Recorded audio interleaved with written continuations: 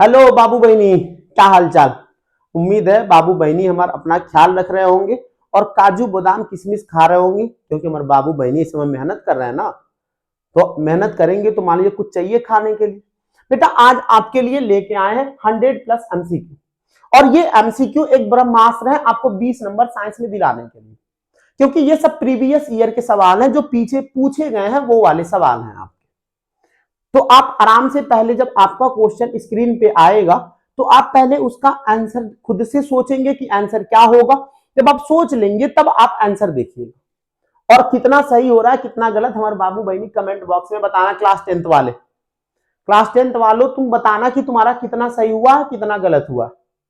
और आज हम एमसीक्यू लाइव इसलिए नहीं आए, लाइव आने वाले थे लेकिन सोचे आपका समय कीमती है, अभी फालतू में चैट होगा बातचीत होगी तो समय जाएगा, और हम नहीं चाहते कि आपका समय थोड़ा सा भी कहीं वेस्ट हो।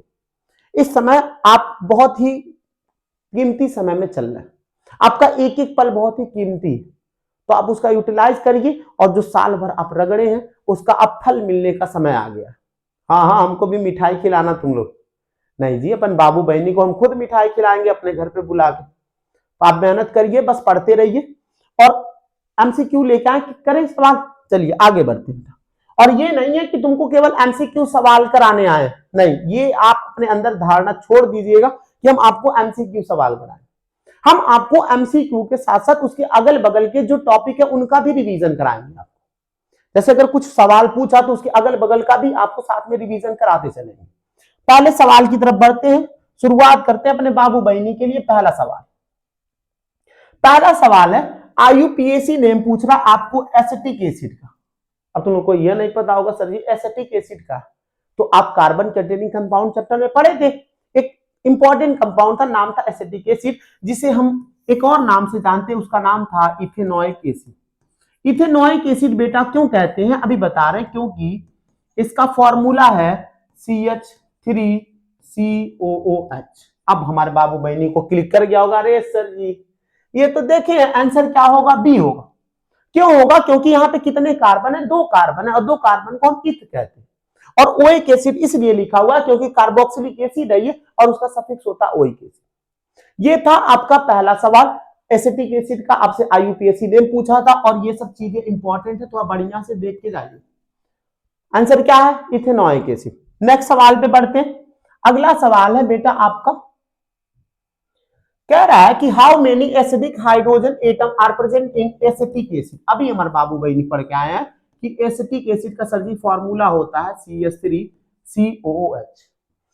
ध्यान से, हाइड्रोजन की संख्या नहीं पूछा है, ध्यान से एसिडिक हाइड्रोजन पूछा, यानी कि जो कौन हाइड्रोजन है जो एसिडिक नेचर का शो करेगा, तो वो होता है बेटा ये। क्योंकि जब हम पानी में इसे डालेंगे तो ये आयंस में टूटते हैं CH3COO- और साथ में टूटेंगे H+। तो कितने H+ है, एक H है, तो इस वजह से आंसर क्या होगा आपका ए होगा। अगले सवाल की तरफ, तीसरा सवाल, और ये बहुत ही इंपॉर्टेंट सवाल है, और ये हमारे बाबू बहनी इनको आपको सॉल्व करने की जरूरत नहीं है कभी भी। कह रहा है the strength of hydrochloric acid is 10⁻², यानी कि आपको H+ दिया है कितना, अरे सॉरी, H+ कितना दिया है आपको 10⁻²। अब आपसे पीएच पूछ रहा है, तो एक तो तरीका है, तरीका निकाल के आपको बता दे रहा है, कहीं मान लीजिए बोर्ड एग्जाम में एमसीक्यू ना दूसरे फॉर्म में आपसे पूछ ले, तो तरीका बता रहा है। एक्चुअल में बेटा फॉर्मूला होता है पीएच का -log H+, ये। अब H+ की वैल्यू दिया आपको 10⁻², तो पीएच बराबर हो जाएगा आपका -log 10⁻²। अब आप थोड़ा सा तो मैथ पढ़े होंगे हमारे बाबू बहनी, ना तो गवार है नहीं। एक फॉर्मूला पढ़े होंगे आप, log a पे पावर b बराबर होता है b log a। log a पे पावर b क्या होता है, b log a, यानी कि b आगे आएगा और log a। तो अगर यहां पे अगर देखें log a पे पावर b, तो अगर ये माइनस वाला b की तरह है तो ये कहां जाएगा, ये आगे चला जाएगा। और pH बराबर होगा आपका, ये -2 है और माइनस से मल्टीप्लाई होगा तो 2 हो जाएगा, 2 log 10। और log 10 की वैल्यू हमारे बाबू बहनी जानते हैं 1 होता है, तो pH बराबर हो गया आपका 2। आंसर कितना होगा 2। और एक बात और बताएं, तुम लोग को एक ट्रिक बता रहे हैं, कभी भी ऐसे कंसंट्रेशन दिया कुछ आगे ना लिखाओ, केवल 10 पे पावर -2 -5 ऐसे दिया और आपसे पीएच पूछे तो जो पावर लगा वही आंसर होगा। यानी कि अगर तुम्हें H प्लस ऐसे दिया होता, कहता H प्लस बराबर 10 पे पावर -5, पीएच पूछता तो तुम सीधे आंसर लगाते 5। इसमें समय गंवाने की जरूरत ही नहीं है, क्योंकि हमारे बाबू बहनी को होशियार तो है, उनको पता है कि सर एमसीक्यू का सवाल है, 1 नंबर का सवाल, और हमें केवल आंसर से मतलब है, तो हम डायरेक्ट ऐसे लगा देंगे। लेकिन मान लो एग्जाम में अगर कहीं तुमसे 2 नंबर 3 नंबर का सवाल ऐसे पूछे पीएच का, तो ये आप पूरा प्रोसेस से करेंगे। फॉर्मूला केवल याद रखिएगा, फॉर्मूला क्या है, पीएच बराबर माइनस लॉग एच प्लस। एक सवाल अपने बाबू बहनी से यही पूछ रहे हैं, बेटा एक बात बताओ, पीएच तो आंसर आ गया 2, लेकिन आपसे सवाल में कह देता कि पीओएच बताइए। हाँ पी बताओ, पीओएच पूछा तो कुछ नहीं करना है, आपको एक और फॉर्मूला याद रखना है, पीएच प्लस पीओएच बराबर होता है 14। अब अगर पीएच 2 है और पीएच पूछ रहा है तो 2 को इधर लेके आओ, और जैसे ही आप 2 को इधर लाएंगे तो 14 में से 2 घटाएंगे तो आंसर आ जाएगा आपका 12। तो ये बेटा आपसे यहां कई सवाल बनते हैं, इसी वजह से तो एमसीक्यू लेके आए कि अपने बाबू बहनी को एक पूरा साइंस का फुल रिवीजन हो जाएगा। क्यों रिवीजन हो जाएगा, क्योंकि इसके पास आसपास के जितने सवाल है उतने पूछे और उतने हम बता रहे हैं आपको। यहां आपसे पीएच पूछा, पीएच आप निकाल के तो बैठे, आंसर इतना 2 आ गया, लेकिन सवाल ये बनता है कहीं आपसे पीओएच पूछ ले तो मेरे बाबू बहनी को तो पता है कि पीएच प्लस पीओएच बराबर सर 14 होता है, तो अगर पीएच 2 है तो घटा देंगे तो पीओएच बराबर कितना आ जाएगा सर जी 12।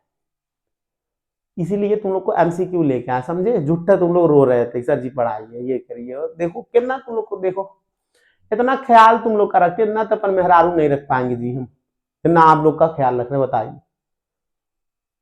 आगे बढ़े, चलिए चौथे सवाल पे चलते हैं। अगला सवाल है बेटा, एम्फोटेरिक ऑक्साइड इज, आपसे क्या पूछ रहा है, एम्फोटेरिक ऑक्साइड। अब आपके दिमाग में पहले तो यही चलेगा कि सर एम्फोटेरिक ऑक्साइड कहते किसे, तो यहां एक 2 नंबर का सवाल आता है कि define amphoteric oxide with example. Amphoteric oxide वो होता है जो दोनों नेचर शो करे, एसिडिक नेचर भी शो करे और बेसिक नेचर भी शो करे। अच्छा, आपको मेटल नॉन मेटल चैप्टर पढ़ाए थे, वहां बताए थे कि अगर मेटालिक ऑक्साइड होगा तो वो बेसिक नेचर का होगा, और अगर नॉन मेटालिक ऑक्साइड होगा तो वो एसिडिक नेचर का होगा। लेकिन यहां पे कौन है जो दोनों नेचर शो करे, अगर इसको देखें तो ये मेटालिक ऑक्साइड ये बेसिक नेचर का शो करेगा, MgO ये भी मेटालिक ऑक्साइड ये भी बेसिक नेचर का शो करेगा, P2O5 ये एसिडिक नेचर का शो करेगा। तो बचा कौन, बचा Al2O3, और Al2he3 वो महाशय है जो दोनों नेचर शो करता, amphoteric, acidic as well as basic nature. लेकिन 2 एग्जांपल और आप या साथ में याद रख लीजिएगा, एक होता है जिंक ऑक्साइड और एक होता है Cr2O3। हमारे बाबू बहनी एक पे थोड़ी ना डिपेंड रहेंगे, आप एक पे आपको डिपेंड रहने देंगे, हाँ एक कब जिंदगी में एक कब डिपेंड रहना, वो तो एक सवाल के लिए बता रहे हैं कि आपको एम्फोटेरिक ऑक्साइड पूछा था, एम्फोटेरिक ऑक्साइड Al2O3 आप आंसर निकाल के बैठे, साथ में आप 2 और याद कर लीजिए, कर लेंगे कहीं मान लेते डिफिनीशन के साथ, आपको 2 एग्जांपल पूछ रहे, तो एक एग्जांपल है ZnO, एक एग्जांपल है Cr2O3, और आंसर में कौन आया है Al2O3। आंसर क्या होगा, आंसर होगा बेटा सी। आगे बढ़े, अगला सवाल है, अगला सवाल है chemical formula of washing soda. Washing soda, हाँ वह धोने वाला। आपको 2 सोडा है आपके सिलेबस में, एक है बेकिंग सोडा, एक है washing soda. Washing soda sodium carbonate का होता और आंसर होगा आपका ये, लेकिन आपसे अगर ये पूछे तो ये होता बेटा बेकिंग सोडा। NaHCO3 को हम क्या कहते हैं, बेकिंग सोडा, और इसका एक और नाम है, इसका नाम है सोडियम बाइकार्बोनेट। NaHCO3 का आपसे जरूरी नहीं है कि ये वॉशिंग सोडा का है पूछ, इसी वजह से तो कहे हैं कि आज आपके 20 नंबर अब पक्के करके जाएंगे। क्यों जाएंगे, क्योंकि सवाल छूटेगा ही नहीं एमसीक्यू का।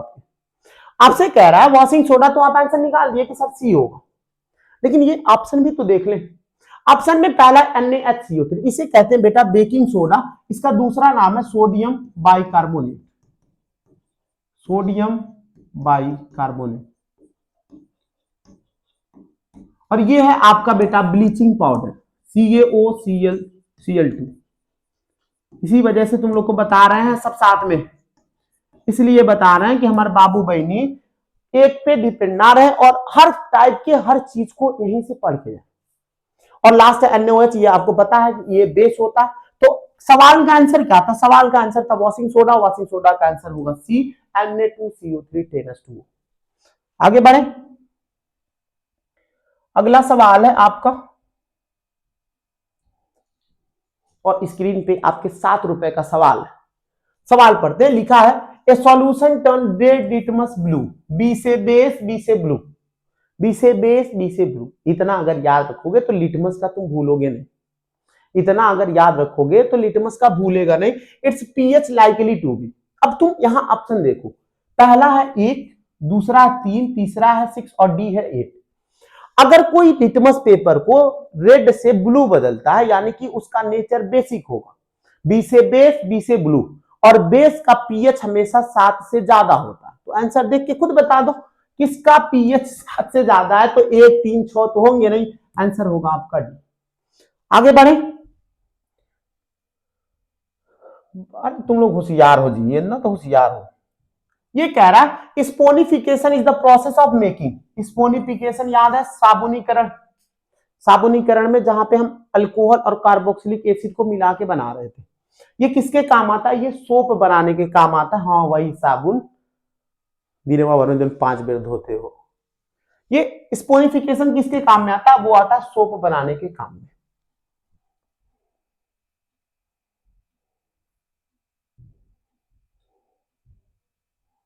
अगला सवाल है, कह रहा है which of the following pair will give displacement. Displacement reaction आपसे पूछ रहा है। डिस्प्लेसमेंट रिएक्शन आपको पढ़ाए थे केमिकल रिएक्शन एंड इक्वेशन में। कोई टॉपर आएगा जो कम पढ़ने वाले होगा उसे डिस्प्लेस कर देगा उसके पोजीशन से। अगर केमिस्ट्री पॉइंट ऑफ व्यू से बात करें तो कोई मोर रिएक्टिव एलिमेंट अगर लेस रिएक्टिव एलिमेंट को डिस्प्लेस कर दे तो उसी को हम कहते हैं डिस्प्लेसमेंट रिएक्शन। हाँ हाँ, तुम्हारी वाली भी तुमको डिस्प्लेस की है, समझ रहे हैं। ऑप्शन देखते हैं, sodium chloride and copper metal. Sodium chloride मतलब NaCl और ये कॉपर। अब खुद सोचो, क्या कॉपर सोडियम को डिस्प्लेस कर पाएगा? नहीं कर पाएगा, क्योंकि हम रिएक्टिविटी सीरीज पढ़े और रिएक्टिविटी सीरीज में बताया था आपको, कैटरीना ने कार मांगी अल्टो जेन फरारी, फिर भी है क्यों मिली सिल्वर ऑडी। तो वहां पे कैटरीना में सोडियम कहां आ रहा है? एकदम ऊपर आ रहा है, और कॉपर कहां होता है? हाइड्रोजन के नीचे। ये डिस्प्लेस नहीं कर पाएगा, यानी कि ये वाला ऑप्शन तो गलत हो। दूसरा है magnesium solution and aluminium metal. Magnesium का कोई सॉल्यूशन ले लेते हैं, MgSO4 ले लेते हैं, और क्या एल्युमिनियम इसे डिस्प्लेस कर पाएगा? कैटरीना ने कार मांगी अल्टो, मांगी मतलब मैग्नीशियम, और उसके नीचे था अल्टो मतलब एल्युमिनियम। तो क्या नीचे वाला ऊपर वाले को डिस्प्लेस कर पाएगा? तो हमारे बाबू भाई कहेंगे सर नहीं, यानी कि ये वाला भी ऑप्शन गलत। तीसरे वाले पे आता है, लिखा है ferrous sulphate solution and silver metal. Ferrous मतलब ये FeSO4, और कौन आया डिस्प्लेस करने? ओहो भैया Ag आए। हाँ Ag ओजी वाला नहीं, Ag सिल्वर वाला। पूछेंगे भैया डिस्प्लेस होंगे, तुरंत मार के खदेड़ेगा तुम तो बहुत नीचे हो जी, यानी कि ये भी ऑप्शन आपका गलत हो गया। तो लास्ट में ऑब्वियस सी बात है, बचा क्या? डी। तो आंसर होगा डी। क्या होगा? Silver nitrate AgNO3। कौन है? कॉपर। कहेगा Ag से। Ag तुम हमसे नीचे हो, डिस्प्लेस हटो, हमें NO3 के साथ बॉन्ड बनाना, और तुरंत यहां से हटा के बना लेगा CuNO3 का। यानी कि ऑप्शन कौन सा सही होगा? हमारे बाबू बहनी कहेंगे सर जी डी। ये ऐसे MCQ जब सवाल करोगे तो तुम्हारे कॉन्सेप्ट एकदम चमक जाएंगे, और इतने चमक जाएंगे कि OMR में 20 नंबर के एकदम बढ़िया से भर के आओ। सवाल कितना बढ़िया था देखो, यहाँ पे आपको फॉर्मूला नहीं दिया था, फॉर्मूला आपको खुद से बनाना था। और ये सवाल आप कब कर पाएंगे? जब आपको रिएक्टिविटी सीरीज याद होगा। रिएक्टिविटी सीरीज याद है ना? सबसे ज्यादा ऊपर पोटेशियम था, फिर सोडियम, फिर कैल्शियम, मैग्नीशियम, एल्युमिनियम, ऐसे करके था। पढ़ाए थे ना? नहीं पढ़े हो तो मेटल नॉन मेटल वाला चैप्टर जाके पढ़ो, वहां पे पढ़ाए हैं सबको रिएक्टिविटी सीरीज, या पहला chapter chemical reaction and equation. Next बाबू बहनी के लिए आप पेश है IUPAC नोमेनक्लेचर। कह रहा है फॉर्मल्डिहाइड का IUPAC नाम बताइए। और फॉर्मल्डिहाइड पहले तो हमें ये पता होना चाहिए कि फॉर्मूला क्या होता है। तो ये होता है HCHO। क्या होता है सर जी? HCHO। कितने कार्बन है सर? सर एक कार्बन है, यानी कि मेथ होगा। कोई डबल बॉन्ड ट्रिपल बॉन्ड नहीं है, तो सर एन लगा देंगे। और सर ये देखने में तो एल्डिहाइड लग रहा है, और एल्डिहाइड लग रहा है मतलब उसका सफिक्स अल होगा, तो हम लगा देंगे मेथेनल। अब हमारे बाबू बहनी आंसर बताइए। पहला फॉर्मल्डिहाइड, फॉर्मल्डिहाइड तो बताओ, सवाल पूछा भाई ऑप्शन दिया।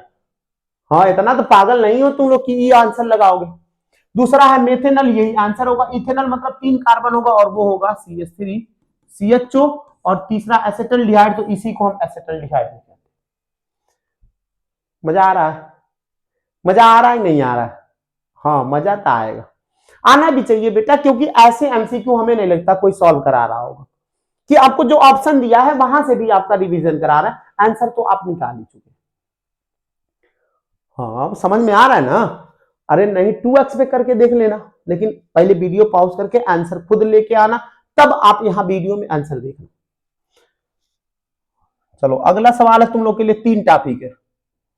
अगला सवाल है हमारे बाबू बहने के लिए, 3 टॉपिक है। कह रहा है एक मेटल एक्स है जिसे हम यूज करते हैं थर्माइट प्रोसेस में। थर्माइट प्रोसेस बताया था आपको, वेल्डिंग, जो ट्रेन का रेलवे ट्रैक नहीं होता, उसको वेल्डिंग करने के लिए रिएक्शन का यूज करते हैं। एक्चुअल में इस रिएक्शन में बेटा हम एल्युमिनियम का रिएक्शन कराते हैं Fe2O3 से, और इस रिएक्शन में क्या हो, हाँ सही, Al2O3 बनेगा, और साथ में जो आयरन मिलता है वो मोल्टेन फॉर्म में मिलता है। जैसे लोहा पिघला दे गाना चला, एकदम देखते हैं लाल कलर के, एकदम पूरा मोल्टेन फॉर्म में रहता है।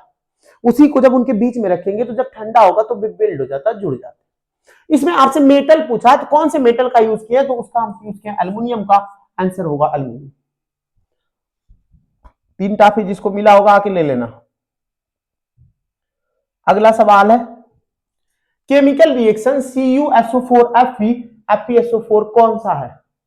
अरे गधों, अगर ये तुम लोग नहीं बताए ना तो बहुत मार खाएंगे कि मारो हमें घुस के मारेंगे तुम लोग। अभी जस्ट बता पाए हैं कि कोई ज्यादा रिएक्टिव होगा, कम रिएक्टिव वाले को डिस्प्लेस कर देगा। यहां पे कॉपर सल्फेट के साथ बॉन्ड बनाया था, आयरन आया कहां, सल्फेट। क्या आप हमसे दोस्ती करेंगी? और दोस्ती से ही तो प्यार होता है। सल्फेट बेचारा फंस गया कि कॉपर कम रिएक्टिव है, आयरन ज्यादा रिएक्टिव है, क्या करे। और वो अपनी जिंदगी का फैसला लिया कि नहीं, अब हमें कॉपर का साथ छोड़ना चाहिए और हम बॉन्ड बनाएंगे आयरन के साथ, और बना FeSO4। और कॉपर बेचारा अकेले हमारी तरह से घूम रहा है। कॉपर अलग क्यों हुआ? क्योंकि वो लेस रिएक्टिव था, कोई मोर रिएक्टिव आके डिस्प्लेस कर दिया। तो डिस्प्लेस कर दिया तो कौन सा reaction? Sir displacement reaction, answer होगा बी। आगे बढ़े, चलो अगला सवाल एक रसमलाई का तुम लोग के लिए। ये एक रसमलाई का सवाल है। कह रहा है कि metal react with acid to produce, और तुम लोग को एक फ्लो चार्ट बनवा। ऐसे जब भी तुम लोग को रिएक्शन पढ़ा रहे थे तो एक चार्ट बनाए थे कि कभी भी मेटल का एसिड के साथ रिएक्शन होगा तो आपको मिलेगा मेटल कौन से नेचर का? बेसिक नेचर का, और एसिड तो एसिड है, और इनका रिएक्शन होगा तो आपको बनेगा सॉल्ट, और साथ में एक गैस निकलता है, नाम है हाइड्रोजन गैस। तो आंसर क्या होगा sir ji? Salt and hydrogen gas. और ये हाइड्रोजन गैस को अगर आप जब रिएक्शन कराते हैं और ये हाइड्रोजन गैस अगर कहीं निकालें और थोड़ा सा इसे आग लगाएं तो पॉपअप साउंड आती है, पटाखे की आवाज आती है। और वो पटाखे की आवाज क्यों आती है? वो हाइड्रोजन गैस के कारण। तो आंसर क्या होगा? Salt and hydrogen gas. हाँ, सब पढ़ाए हैं, सब पढ़ाए गधो। तुम लोग मेटल नॉन मेटल जाके चैप्टर पढ़ो, एसिड बेसन सॉल्ट मेटल नॉन मेटल सब तुम लोग को पढ़ा है। चलो किसको मिला रसमलाई? ये रसमलाई किसको मिला?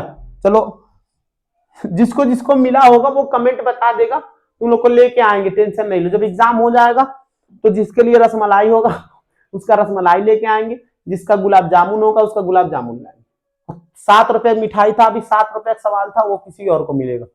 जिसको जो मिला होगा वो बता दीजिएगा कमेंट बॉक्स में, हम तो नहीं जानना, अगर आप बताएंगे तभी हम लेके आ पाएंगे। अगला सवाल है आपके लिए, और 3 जलेबी का, पाव भर जलेबी 250 ग्राम। देखते हैं कौन 250 ग्राम से क्या करें जी, तुम लोग को ऐसे क्या करें, मान लो थोड़ा सा इंटरटेनमेंट करना पड़ेगा ना। तो आपके लिए हम जलेबी लेकर आए हैं, पाव भर जलेबी का सवाल है। कह रहा है सोप मॉलिक्यूल है। साबुन पढ़े? पढ़े नहीं होगे सर जी, पढ़े तो नहीं है, लेकिन ये है कि दिनों में 5 बार लगाते हैं। हाँ, उससे फुर्सत मिलेगा तो पढ़ोगे। एक्चुअल में बेटा सोप एक लॉन्ग कार्बन चैन का होता है, 15 कार्बन 20 कार्बन का एक चैन होता है, और साथ में उसके हेड होते, ऐसे बना होता है ये। जब हम सोप की बात करते हैं तो यहां पे लिखा होता है COON। देख रहे हो तुम लोग को सोप पढ़ाना, ये एक पार्ट हो गया और पूरा ये एक पार्ट हो गया। इसे हम टेल पार्ट कहते हैं, जो पूरे कार्बन का चयन होता है, और इसे हम कहते हैं हेड पार्ट। जब हम हेड पार्ट को देखेंगे तो यहां से जब हम बॉन्ड ब्रेक करेंगे तो इस पे आएगा माइनस का चार्ज, इस पे आएगा प्लस चार्ज, यानी कि कहीं ना कहीं इसमें पोलैरिटी आ रही है, और पोलैरिटी आएगी तो इसे हम कहते हैं हाइड्रोफिलिक, यानी कि पोलैरिटी होगा तो वाटर सॉल्युबल होगा और ये हाइड्रोफिलिक नेचर का होगा। लेकिन टेल की बात करें तो इसमें कार्बन और कार्बन का चयन है, दोनों मजबूत है, तो बताओ कौन तूर के माइनस प्लस कर पाएंगे? नहीं कर पाएंगे। इस वजह से ये वाटर पोलैरिटी नहीं होती और ये हाइड्रोफोबिक होते हैं, ये आपके हाइड्रोफोबिक नेचर के होते हैं। और हाइड्रोफोबिक मतलब पानी से नफरत करने वाले। हाँ, जैसे नहीं तुम लोग जी हमसे प्यार करते हो ना जी, नहीं तुम लोग कहा हमसे नफरत करते हो, नहीं जी इतना हम तुम लोग से प्यार करते हैं। अब सही है, हाइड्रोफोबिक होगा और हाइड्रोफिलिक होगा। आंसर देखिए क्या लिखा, हाइड्रोफिलिक हेड एंड हाइड्रो, तो पहले मिल गया जी, पहला ही आंसर है, क्योंकि हाइड्रोफिलिक हेड लिखा हुआ और हाइड्रोफोबिक टेल लिखा। हाइड्रोफोबिक मतलब पानी से नफरत करने वाला, नफरत करने का मतलब सेंस ये है कि वो वाटर इनसॉल्युबल होगा। क्यों होगा? क्योंकि कार्बन कार्बन के बीच में कोई पोलैरिटी नहीं, और सॉल्युबिलिटी का एक रूल है, लाइक डिसॉल्व लाइक। अगर आप पोलर हैं तो हम पोलर में डिसॉल्व होंगे, अगर आप नॉन पोलर हैं तो हम नॉन पोलर में डिसॉल्व होंगे। समझ में आया? देखिए कितना मजा आ रहा है, तुम लोग को साथ में रिवीजन कराते चल रहे हैं और आंसर भी आप, वो तो तुम लोग इतना तेज हो जी, इतना पता है तुम लोग को, आंसर निकाल दो। किसे मिला 250 ग्राम जलेबी, किसे मिली? हाँ तो चलो ठीक है, सब सब बता दीजिएगा। अगला सवाल है 2 मिल्क केक का, और भी प्योर वाला 500 रुपए किलो वाला 2 मिल्क केक का सवाल है। सवाल है, कह रहा है what is the result of reaction between, अरे जी हमारे बाबू बहन कितना आसान सवाल पूछ रहे हैं हम जी। कह रहा है कि एसिड बेस का रिजल्ट क्या होगा अगर रिएक्शन करा, तो एसिड बेस के रिएक्शन को हम कहते हैं न्यूट्रलाइजेशन रिएक्शन। और जहां पे एसिड और बेस मिलेंगे तो आपका बनेगा सॉल्ट, और साथ में मिलेगा आपको H2O। पहला क्या लिखा है, सॉल्ट प्लस हाइड्रोजन गैस, ना एकदम काट देंगे। क्यों काट देंगे? क्योंकि ये है ही नहीं। दूसरा है मेटल प्लस, ओहो नहीं। तीसरा है सॉल्ट एंड वाटर, हमारे बाबू बहनी आंसर टिक लगा के ऐसे गोला बना के चले जाएंगे, और 2 मिलके मिला फलाने को। चलो अगला सवाल, हाँ फलाने ढिमकाने जानते हो ना, गाँव में चलता है जी, ये फलाने ढिमकाने, फलाने मौगी बड़ा होशियारी है, नहीं होता इसे, वही वाला फलाने। चलो अगला सवाल है, वही तो वही है जी। अगला सवाल है आपका, ये नहीं बताएंगे, फिर सवाल रहेगा जी, ये फिर सवाल। सवाल कह रहा है आपसे, अच्छा एक मिनट ये हट गया। सवाल कह रहा है आपसे, the reaction of an organic acid, किसी ऑर्गेनिक एसिड का रिएक्शन हम किसी अल्कोहल के साथ करा रहे हैं, एसिड कैटलिस्ट के, इसे क्या कहते हैं? कुछ याद करिए। ऑर्गेनिक एसिड आपके कार्बन कंटेनिंग कंपाउंड में एक ही चैप्टर पढ़े, एक ही इंपॉर्टेंट कंपाउंड पढ़े हैं, वो है एसिटिक एसिड। कह रहा है एक एसिटिक एसिड का जब हम रिएक्शन कराते हैं अल्कोहल के साथ, ये तुम लोग का यहीं पे रिवीजन हो रहा है, पूरा रिएक्शन तुम लोग का हो रहा है, तो आप कुछ बनेगा और उस रिएक्शन को क्या कहते हैं, तो यहां हम तुम लोग को सब बता दे रहे। जब एसिटिक एसिड का अल्कोहल के साथ रिएक्शन कराते हैं तो बनता है ईस्टर, और साथ में बनता है H2O, और अगर ईस्टर बना तो इसी को कहते हैं स्टीरिफिकेशन रिएक्शन, और आंसर होगा आपका स्टीरिफिकेशन रिएक्शन। और ऐसे बनता है, देखो ये मान लेते हैं एसिटिक एसिड है RCOH, और ये है आपका अल्कोहल ROH। जब इनको हम बनाएंगे तो बनेगा RCOOR, और साथ में आपको मिलेगा H2O, और इसी बाबू को हम कहते हैं ईस्टर। और ईस्टर का यूज अगर आपसे एग्जाम में पूछे तो आप कह दीजिए सर फ्लेवरिंग एजेंट है, परफ्यूम वर्फ्यूम बनाने के काम आता है। वो जो वनीला वनीला आइसक्रीम खाते हो वो फ्लेवरिंग का एजेंट यही काम करता है, ईस्टर। देख रहे हो एक ही सवाल में तुमको पूरा स्टीरिफिकेशन रिएक्शन पढ़ा दिए।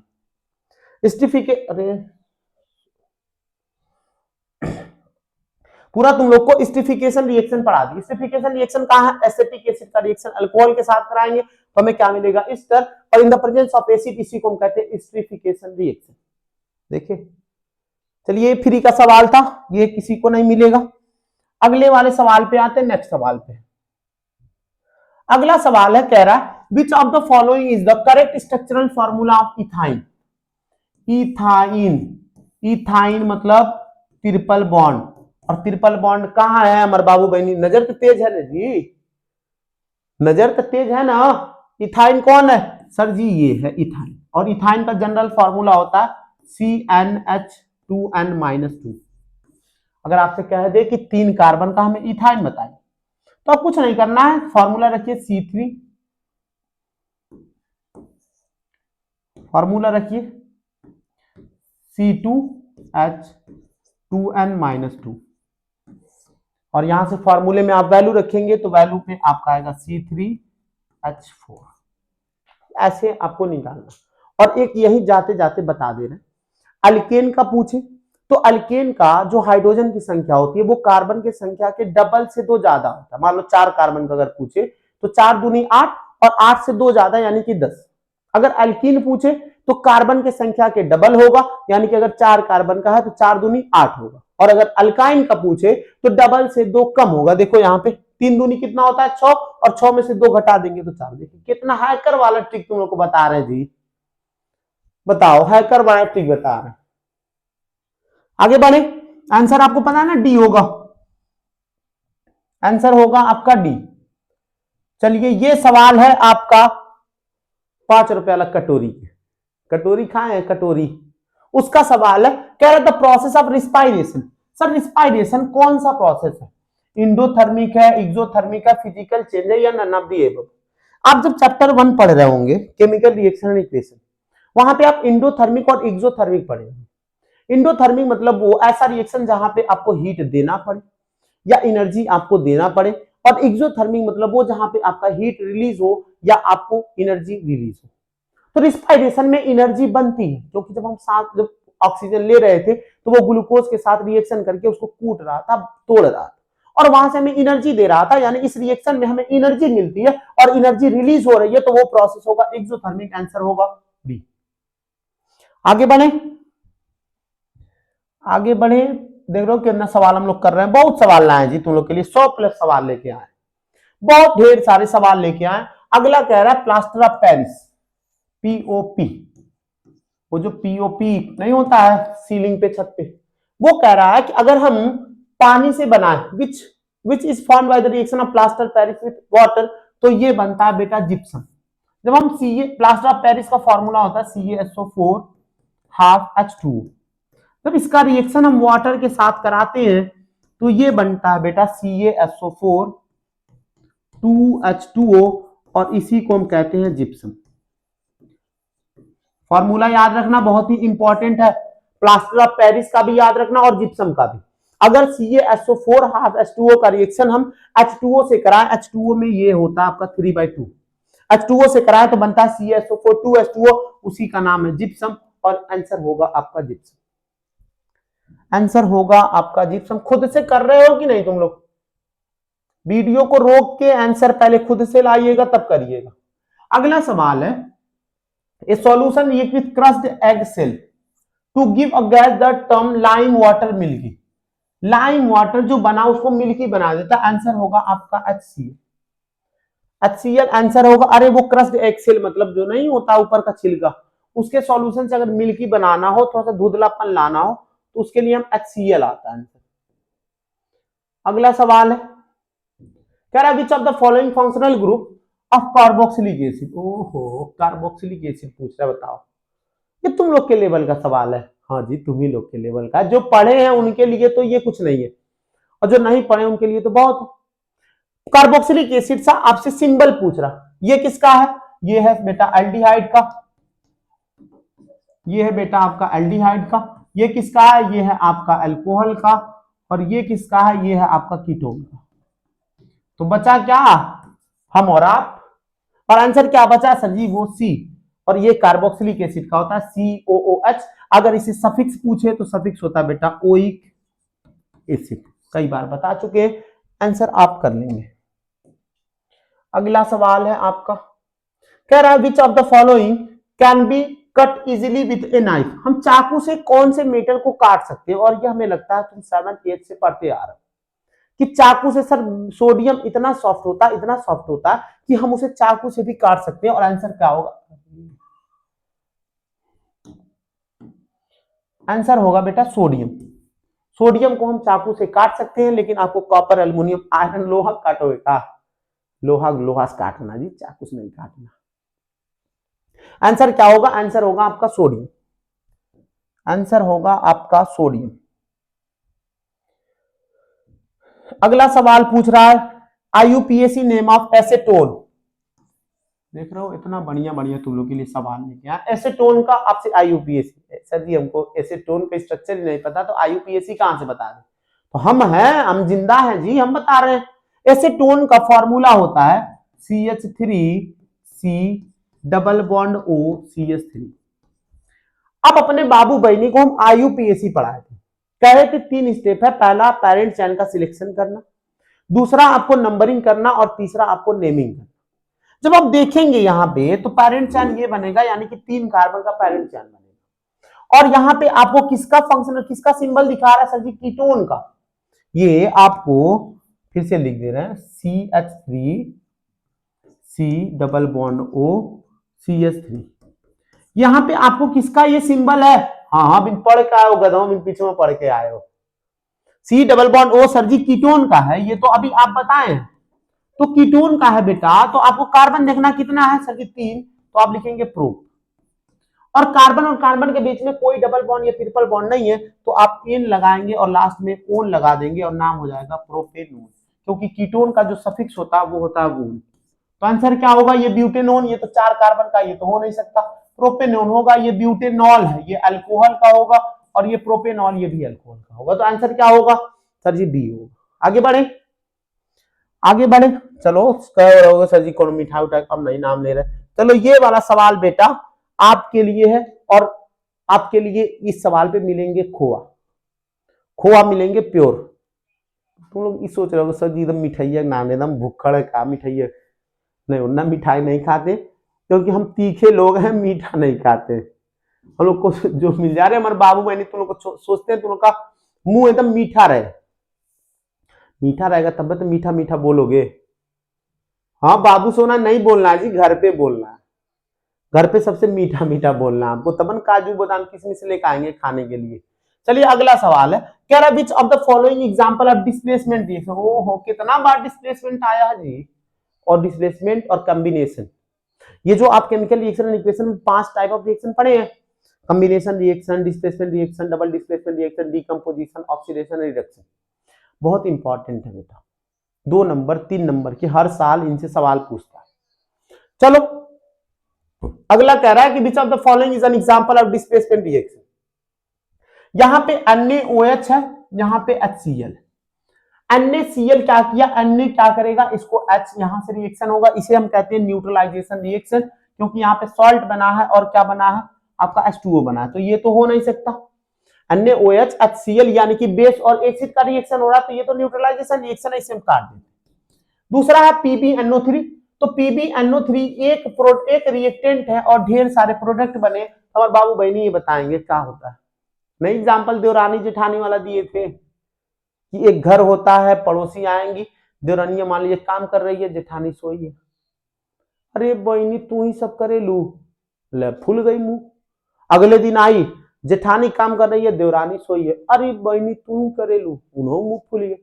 अब दोनों मुंह फूला, दोनों अपने अपने हस्बैंड को कोचेंगे, हम ये गम रह रहे हैं, वो गम रह रहे हैं। बाद में पता ये चला कि दोनों भाई एक घर में रह रहे थे, अब दोनों अलग हो गए, अलग अलग घर बनवा लिए। एक घर था, एक घर से कितने घर बन गए? 2 घर बन गए, तो उसी को हम कहते हैं डीकंपोजिशन रिएक्शन। और आपसे पूछा डिस्प्लेसमेंट, तो ये भी आंसर आपका गलत। उसके बाद ये कहा है कि CaO कैल्शियम ऑक्साइड का H2O से अगर हम मिलाएं तो बनेगा स्लैग लाइन। और जहां पे 2 लोग मिलके एक जान नहीं होते हैं, हाँ अब तो वैलेंटाइन आ रहा है, अब तो यही होगा, तुम मेरी रूह हो, ये हो। तो 2 लोग मिलके एक बना रहे हैं, तो ये होता है कॉम्बिनेशन रिएक्शन, ये भी गलत। लास्ट है FeCuSO4। अभी पीछे केस देख के आए हैं, कॉपर का सल्फेट के साथ बॉन्ड था, Fe आया का हम ज्यादा रिएक्टिव है, सल्फेट तुरंत Fe के साथ चला गया और FeSO4 बना था और कॉपर को अकेला छोड़ दिया था। तो आंसर क्या होगा? आंसर होगा डी। देख रहे हो, एक ही सवाल में तुम लोग को 4 रिएक्शन पढ़ा दी, कि न्यूट्रलाइजेशन रिएक्शन क्या है, कॉम्बिनेशन रिएक्शन क्या है, डिकम्पोजिशन रिएक्शन क्या है और डिस्प्लेसमेंट रिएक्शन क्या है। इसीलिए हम लोग के लिए एमसीक्यू लेके आए। चलिए अगला सवाल, अगला सवाल है, कह रहा है ethane with the molecular formula C2H6 कितने कोवेलेंट बॉन्ड होंगे। आपको ऐसे भरने को सिखाए थे, भरना कुछ नहीं है, आपको ऐसे कार्बन जितने उतना लिख लेना। 2 कार्बन है, 2 लिख ली। कितने हाइड्रो, अब कार्बन की वैलेंसी होती है 4, यानी कि मैक्सिमम कार्बन कितने बॉन्ड बना सकता है सर जी 4।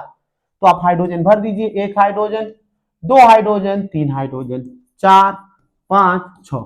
आपसे आपको ये जब कार्बन कंटेनिंग कंपाउंड पढ़ेंगे तो जितने भी ऑर्गेनिक कंपाउंड होते हैं वो कोवैलेंट बॉन्ड बनाते हैं। कोवैलेंट बॉन्ड मतलब ये कि कहीं पे अगर शेयरिंग इलेक्ट्रॉन के शेयर से बॉन्ड बन रहा है तो उसे हम कोवैलेंट बॉन्ड कहते हैं, और अगर कहीं पे इलेक्ट्रॉन के लूज और गेन से बनेंगे तो उसे आयनिक बॉन्ड कहते हैं। तो यहाँ पे आपसे सवाल पूछ रहा है कि कितने कोवैलेंट बॉन्ड है। हमारे बाबू बहनी, हमको लगता है आप हाइड्रोजन देख के सोचे होंगे सर 6 कोवैलेंट बॉन्ड। थोड़ा सा ध्यान से, 1 2 3 तो यहाँ पे, 1 2 3 यहाँ पे 6 हो गए, और बीच में ये कितना है सर जी 7, तो आंसर कितना होगा बी, 7 कोवैलेंट बनेंगे अगर किसी का मॉलिक्यूलर फार्मूला C2H6। मजा तो आ रहा होगा हमारे बाबू बहनी को। चलिए अगला एक याद करने वाला, which gas is used in the storage of fat and oil containing food. ये प्रिजर्वेशन से सवाल है, पहले चैप्टर में भी रेंसिडिटी वाला पढ़ेंगे। वहां पे है कि अगर किसी चीज को हमें प्रिजर्व करना है, खराब ना हो, जिसमें फैट एंड ऑयल हो, तो उसके लिए यूज करते हैं हम नाइट्रोजन। आंसर क्या होगा सर जी नाइट्रोजन। नाइट्रोजन क्या करता है, वो ऑक्सीजन को कमी को थोड़ा सा कम कर देता है ताकि ऑक्सीडेशन ना हो, इस वजह से नाइट्रोजन का यूज करते हैं for the preservation of food.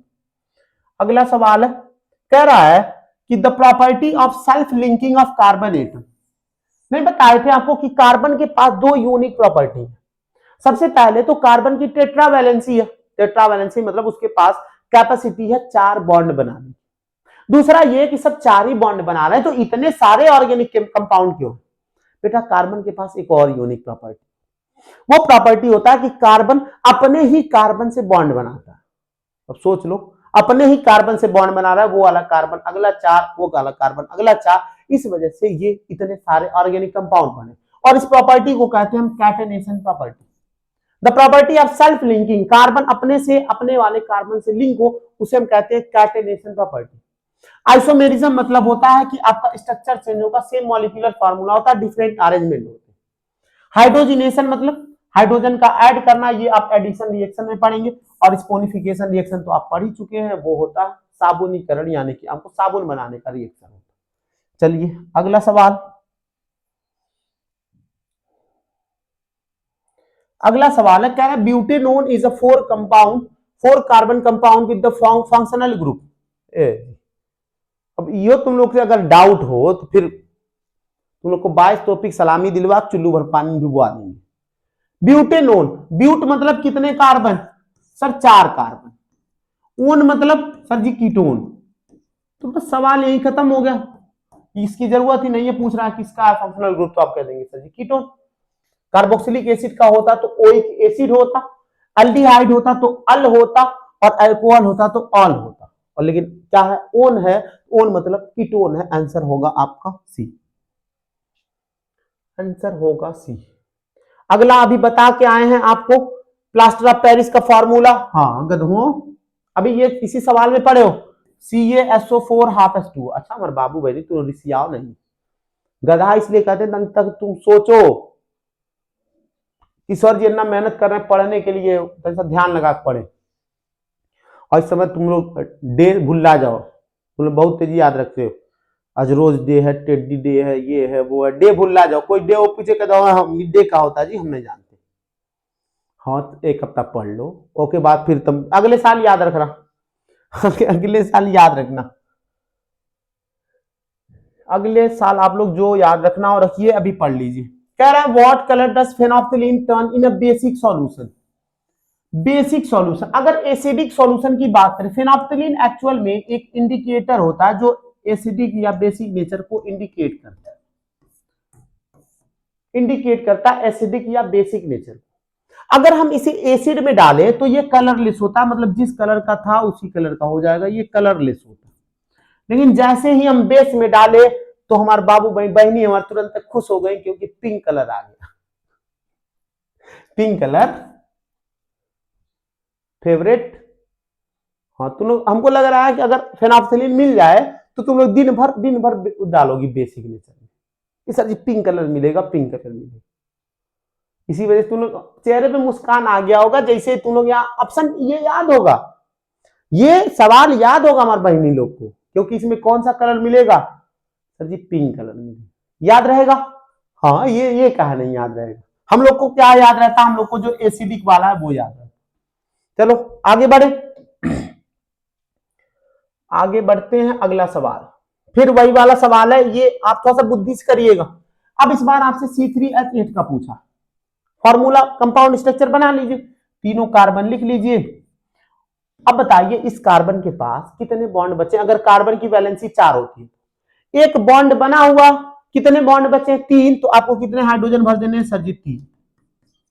Sir ji 3 hydrogen भर दिए। इस वाले कार्बन पे भी आएंगे तो इस पे भी कितने हाइड्रोजन, सर जी 3। लेकिन बीच वाले को देखिए, बीच वाले को जब आप देखेंगे तो एक बॉन्ड पीछे है, एक बॉन्ड आगे, यानी 2 बुक है, बचे कितने, सर जी 2, तो आप 2 हाइड्रोजन भर देंगे। जैसे ही आप 2 हाइड्रोजन भरेंगे तो आप बॉन्ड गिनना शुरू करेंगे, 3 यहां पे, 3 यहां पे, 6 हो गए, 2 ये 8 और एक 9, एक 10। कितने कोवैलेंट बॉन्ड मिलेंगे आपको, सर जी 10 मिलेंगे। ये रहा आपका आंसर। और इसे थोड़ा सा शॉर्ट फॉर्म में लिखना है तो आप ऐसे लिख सकते हैं, CH3 CH2 CH3। चलो यही एक सवाल बता दो, इसका नाम बता दो, CH3 CH2 CH3 का नाम बता दो। इसका नाम बेटा 3 कार्बन है, अल्केन है, तो इसका नाम हो जाएगा प्रोपेनोन, सॉरी प्रोपेन। जी हम भी मालिक कितना टेंशन में है जी। चलिए आगे बढ़े। ओ ये क्या है, आगे बढ़ते हैं। आगे अभी केमिस्ट्री के ही सवाल चलेंगे इसके। अच्छा तुम लोग के लिए इतना देख रहा हूं, केमिस्ट्री का लगा, फिर अभी फिजिक्स करेंगे, फिर बायो करेंगे। अगला सवाल है, कह रहा which of the following, alloy पूछ रहा। एलॉय आप पढ़े स्टील होगा, क्योंकि कॉपर मेटल है, आयरन मेटल है, गोल्ड मेटल है, तो बचा क्या, सर जी स्टील बचा, तो आंसर होगा आपका स्टील। अब ये रिएक्टिविटी सीरीज आपको याद रखनी है।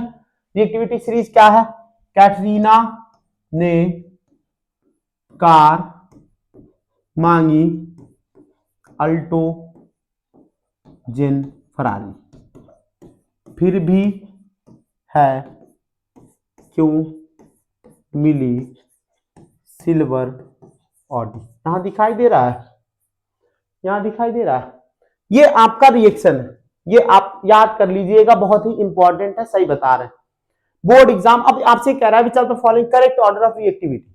तो यहां पे देखो, यहां पे आपको 2 जगह मैग्नीशियम, और मैग्नीशियम आपको एल्युमिनियम से भी आगे, Fe से भी आगे, यानी कि यही 2 ऑप्शन होंगे, ये दोनों ऑप्शन तो हट गए।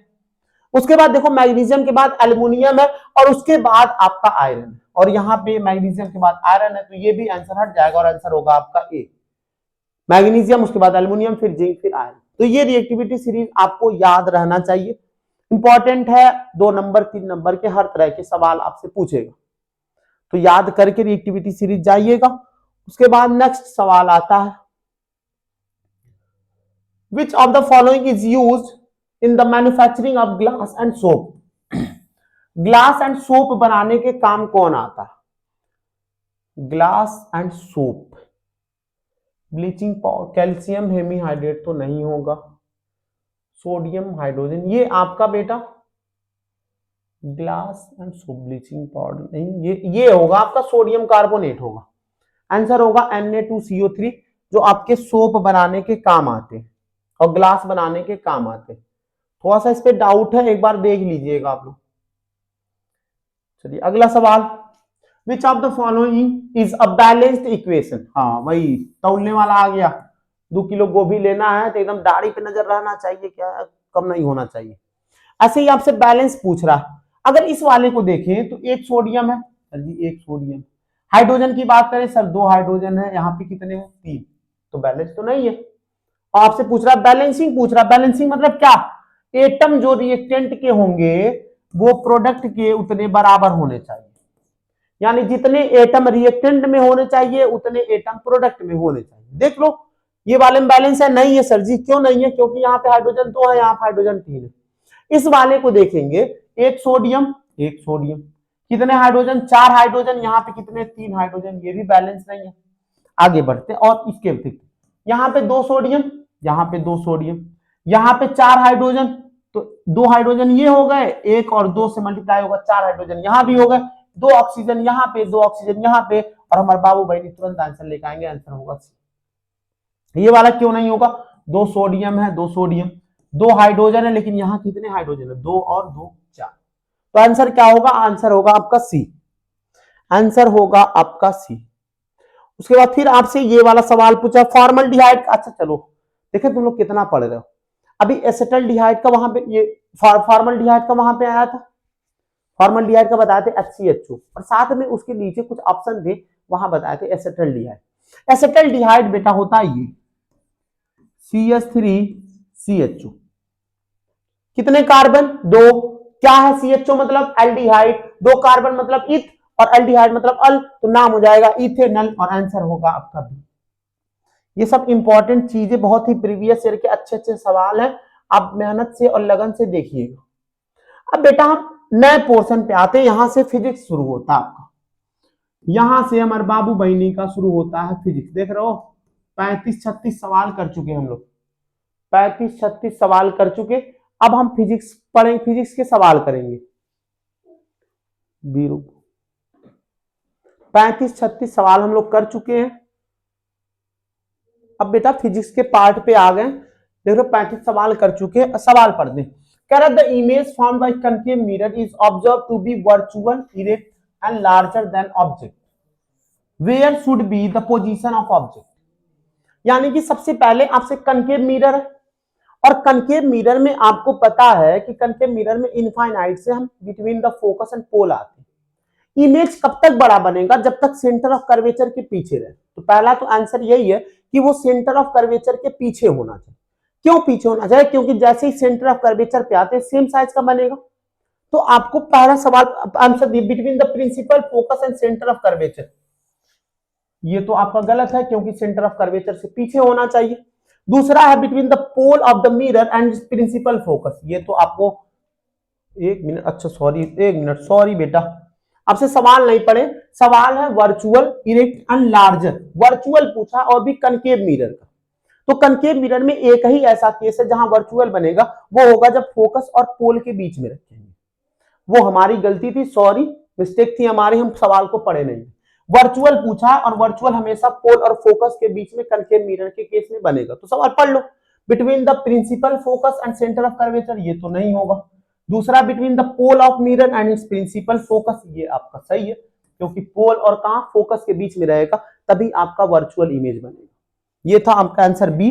नेक्स्ट बढ़ते हैं, अगला सवाल है the deviation of light through prism is maximum. पढ़े थे, मान लेते एक प्रिज्म है, अगर हम किसी व्हाइट लाइट को यहां से पास कराएं तो इनका डिस्पर्जन होता है 7 कलर में, और 7 कलर में डिस्पर्जन होता है, तो सबसे ऊपर होता है रेड और सबसे नीचे होता है वायलेट। क्यों होता है? क्योंकि वायलेट का जो रिफ्रैक्टिव इंडेक्स होता है वो बहुत ज्यादा होता है, इस वजह से इसका डेविएशन एंगल ज्यादा होता है, और इस वजह से वायलेट वाला सबसे डेविएट होता है और रेड वाला कम। तो आंसर क्या पूछा है? डेविएशन मैक्सिमम पूछा है, तो आंसर क्या होगा? वहीं पे अगर आपसे मिनिमम पूछता तो मिनिमम के लिए आंसर होता आपका रेड।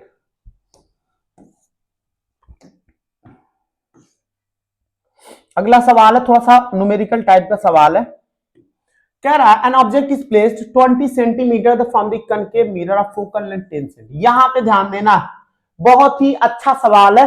आप तुरंत इस सवाल को करके 1 नंबर ऐसे खांची दौरी मौनी में से बिटोर के लेके चले आएंगे अपने घर, और अपनी अम्मी को, अपने अब्बू को, अपने पापा जी को इसे दिखाएंगे, ये लीजिए अब 1 नंबर लेकर आए MCQ से।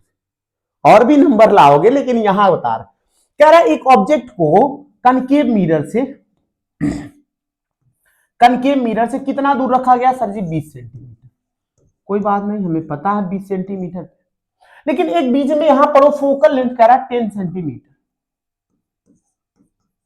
और एक बात सही सही बताना, अगर फोकल लेंथ 10 सेंटीमीटर है तो क्या तुम रेडियस ऑफ कर्वेचर पढ़े हो? R बराबर होता है 2F। अगर r बराबर 2f होता है तो 2 इंटू 10 करेंगे तो रेडियस ऑफ कर्वेचर कितना आएगा सर जी 20 सेंटीमीटर। यानी कि ये जो ऑब्जेक्ट रखा हुआ है सर जी वो कहीं और नहीं है, वो सेंटर ऑफ कर्वेचर पे रखा हुआ है।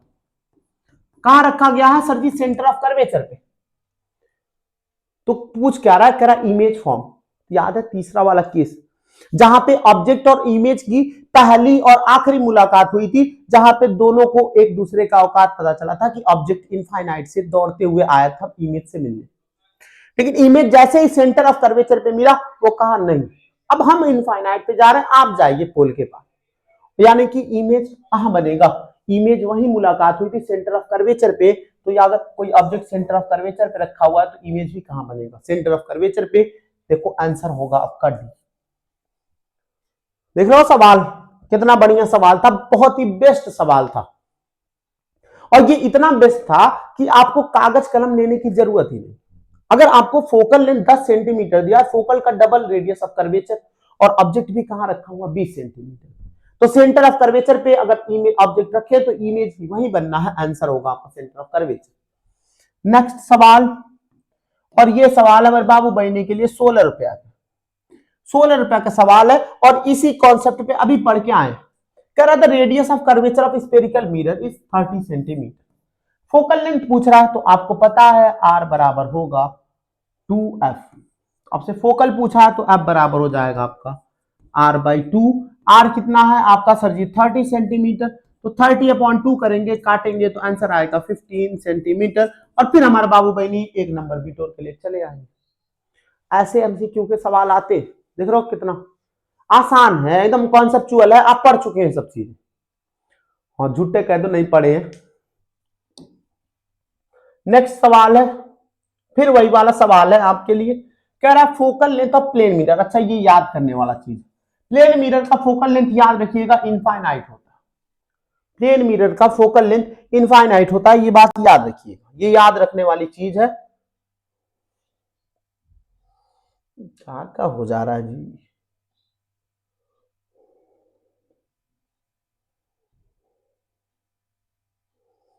एक मिनट रुक जाओ, देखो क्या हो गया है। अगला 41 देखते हैं बेटा। The image formed bye convex lens is real and inverted. Convex lens आपको बताए थे, सेम आपको लेंस में ज्यादा मेहनत नहीं करना। लेंस को कॉन्वेक्स लेंस को आप कनकेव मिरर मान के चलेंगे और कनकेव लेंस को आप कॉन्वेक्स मिरर। जैसे वहां पे कनकेव मिरर में हम 6 केस पढ़े थे, वैसे ही कॉन्वेक्स लेंस में भी 6 केस होते हैं। कह रहा था image form by convex lens is real and inverted. Real and inverted बनेगा 5 केस में। कह रहा इफ इमेज इज द, सवाल यही खत्म हो गया, सेम साइज पूछ रहा है। और सेम साइज अगर मिरर है तो सेंटर ऑफ कर्वेचर, और अगर लेंस है तो वो 2f पे बनेगा, यानी कि 2f1 पे जहां रखेंगे तो 2f2 पे आगे बनेगा। सवाल देखिए, कह रहा image object, the object is placed, अच्छा सॉरी ऑब्जेक्ट पूछ रहा है कहां रखा हो, तो ऑब्जेक्ट कहां रखेंगे जहां इमेज बनेगा, क्योंकि सेम साइज है और सेम साइज का बनेगा 2f1 पे। ये आप पढ़ चुके हैं, आगे बढ़े। अगला सवाल है अपने बाबू बहनी के लिए और बहुत ही अच्छा सवाल, याद करने वाला सवाल। The human I form the image and object at its. Human आई में, ह्यूमन आई वाला चैप्टर पढ़े थे ना। आंख था एक स्क्रीन टाइप का था जहां पे इन्वर्टेड इमेज बना था, उसे ब्रेन इंटरप्रेट करके जाके उसे सीधा किया। और वो क्या था सर जी, वो रेटिना था, और रेटिना ही था जहां पे इमेज बनी। कॉर्निया सबसे आउटर पार्ट था, सबसे आउटर पार्ट था जहां से लाइट इंटर हो रही थी। प्यूपिल था, प्यूपिल था आइरिस के बीच में एक होल था, और आइरिस क्या था, वो गुलाबी आंखों का रीजन था। आंसर क्या है आपका, रेटिना इमेज कहां बनेगा। अगला सवाल है बेटा इलेक्ट्रिसिटी चैप्टर से, और ये आपको हम कॉन्सेप्ट क्लास में भी बताते हैं कि कभी अगर इक्वल नंबर मतलब सेम रजिस्टर हो, मतलब 10 ओम का 10 ओम का मतलब सेम रजिस्टर हो, अगर पैरेलल में हो तो पैरेलल के लिए R इक्विवेलेंट होता है R बाई एन। ये ट्रिक है, आप याद रख सकते हैं। और अगर सीरीज में है तो सीरीज के लिए होता है N इंटू R। ये किसके लिए है सर जी, सीरीज के लिए। अगर इक्वल रेजिस्टर है तब, ये नहीं कि कोई 10 ओम का है कोई 5 ओम का है तो तुरंत तुम लोग लगाने लगो। अब बाद में को सलमान भैया बताए थे, और सलमान भैया तुरंत उत्ती हो जाएंगे, बेइज्जती हो जाएगा उनका। ऐसा नहीं करना आपको। और ये अगर पैरेलल है तो आर बाई एन होगा, पैरेलल है तो आर बाई एन होगा। तो आंसर क्या, सीरीज में आपसे पूछा तो सीरीज के लिए क्या होगा, आर इंटू एन होगा। अच्छा ये ध्यान देना, एन लिखा हुआ है यहाँ पे कैपिटल है, यहाँ पे स्मॉल है, ये नहीं गलती करके आ जाना सर जी सेम, ये नहीं होगा, ये नहीं होगा, आंसर होगा आपका सी। 43 चलते हैं 44 पे, चलते हैं बेटा 44 वाले पे। कह रहा है the far point of a normal eye, वो तो पता है तुम लोग कहां देख रहे होगे, तो चढ़ते चढ़ के पड़ोसी देख लो। फार पॉइंट पूछा मतलब सबसे दूर नॉर्मल आई से कितना देखा जा सकता है, और इतना देखा जा सकता है जितना देखा जा सकता है। मतलब क्या, मतलब अनंत तक आप इनफाइनाइट तक देख सकते हैं, और ये आपका ह्यूमन आई का नॉर्मल फार पॉइंट है। अब ये नहीं कि सर जी हम अमेरिका देखना है तो अमेरिका लुकेगा, अरे गधो, मतलब ये कि जितना एक आंखों से देखा जा सकता है उतना देखना, और वो होता है इनफाइनाइट। ये था आपका आंसर। और अगला सवाल है बेटा 3 करोड़ का सवाल है। सवाल है which of the following determine the direction of magnetic field around a straight current carrying conductor. आपसे क्या पूछ रहा है, मैग्नेटिक फील्ड का direction.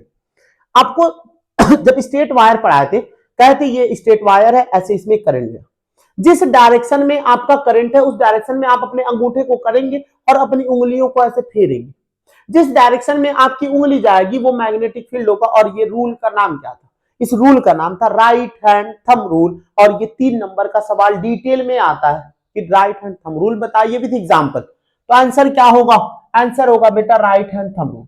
Fleming left hand rule ये फोर्स को बताता है, लेंज लॉ ये मैग्नेटिक फ्लक्स वाला चैप्टर है, ये सब आप पढ़ेंगे क्लास 12 में, बढ़िया से अच्छा चैप्टर है। और ये फ्लेमिंग राइट हैंड रूल होता नहीं है। आंसर क्या होगा बेटा right hand thumb rule. Next सवाल पे चलते हैं, और अगला सवाल है आपका ये, कह रहा है what is the function of fuse, application of electric current में पढ़ेंगे, हीटिंग इफेक्ट ऑफ करंट में। ये जो फ्यूज होता है बेटा पहले जमाने में हम लोग के घर पे लगता था, अब तो एमसीबी आ गया। ये फ्यूज क्या करता था, लो मेल्टिंग पॉइंट का होता था। जैसे ही हमारे घर में करंट आती थी तो ये हीट होता था, जैसे हीटिंग इफेक्ट ऑफ करंट में इलेक्ट्रिक बल्ब हो गया, फ्यूज हो गया, ये सब पढ़े थे। ये क्या करता था, जब हमारे घर में करंट आती थी तो हीट होता था।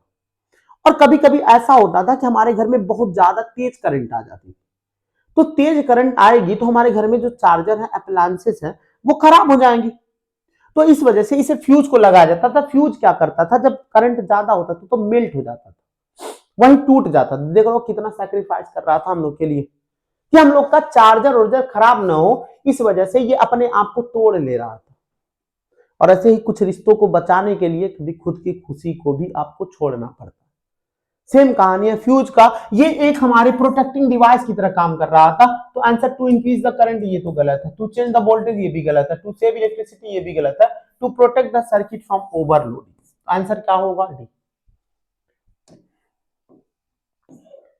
अगला सवाल है, कह रहा हमारे इलेक्ट्रिक बल्ब में फिलामेंट किसका होता है। फिलामेंट ऐसा होना चाहिए जिसका टेम्परेचर इतना ज्यादा टॉलरेट कर सके कि आप कितना भी ज्यादा मेल्टिंग बढ़ाए, टेम्परेचर बढ़ाए, वो झेल ले।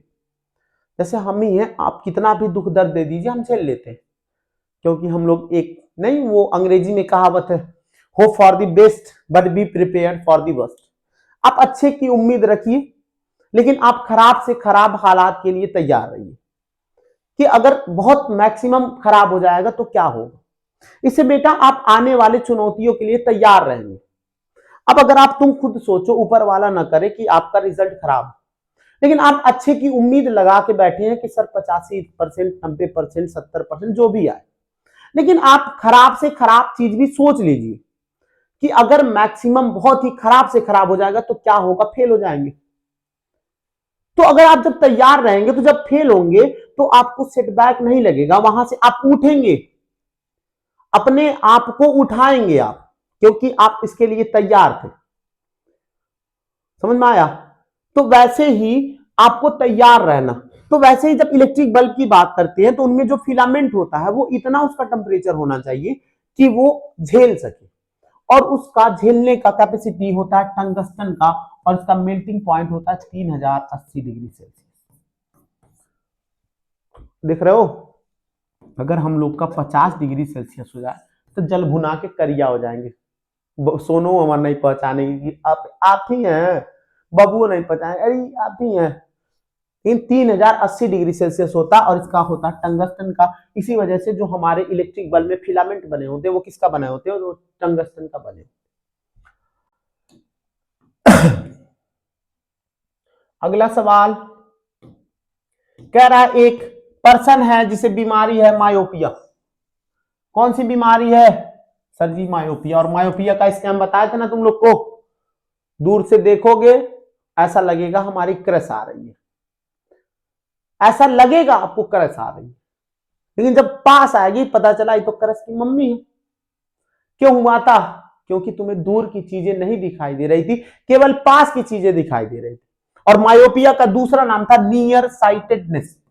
दूसरा नाम क्या था sir ji? Near sightedness. Near मतलब पास की और साइट मतलब दिखना, यानी कि ऐसी बीमारी जहां पे आपको पास की चीजें दिखेंगी लेकिन दूर की चीजें नहीं दिखेंगी, उसी को हम कहते हैं मायोपिया।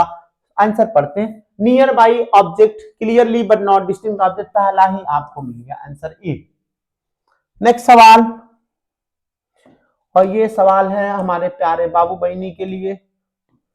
कह रहा है इलेक्ट्रिक रेसिस्टिविटी का आपको यूनिट बताना।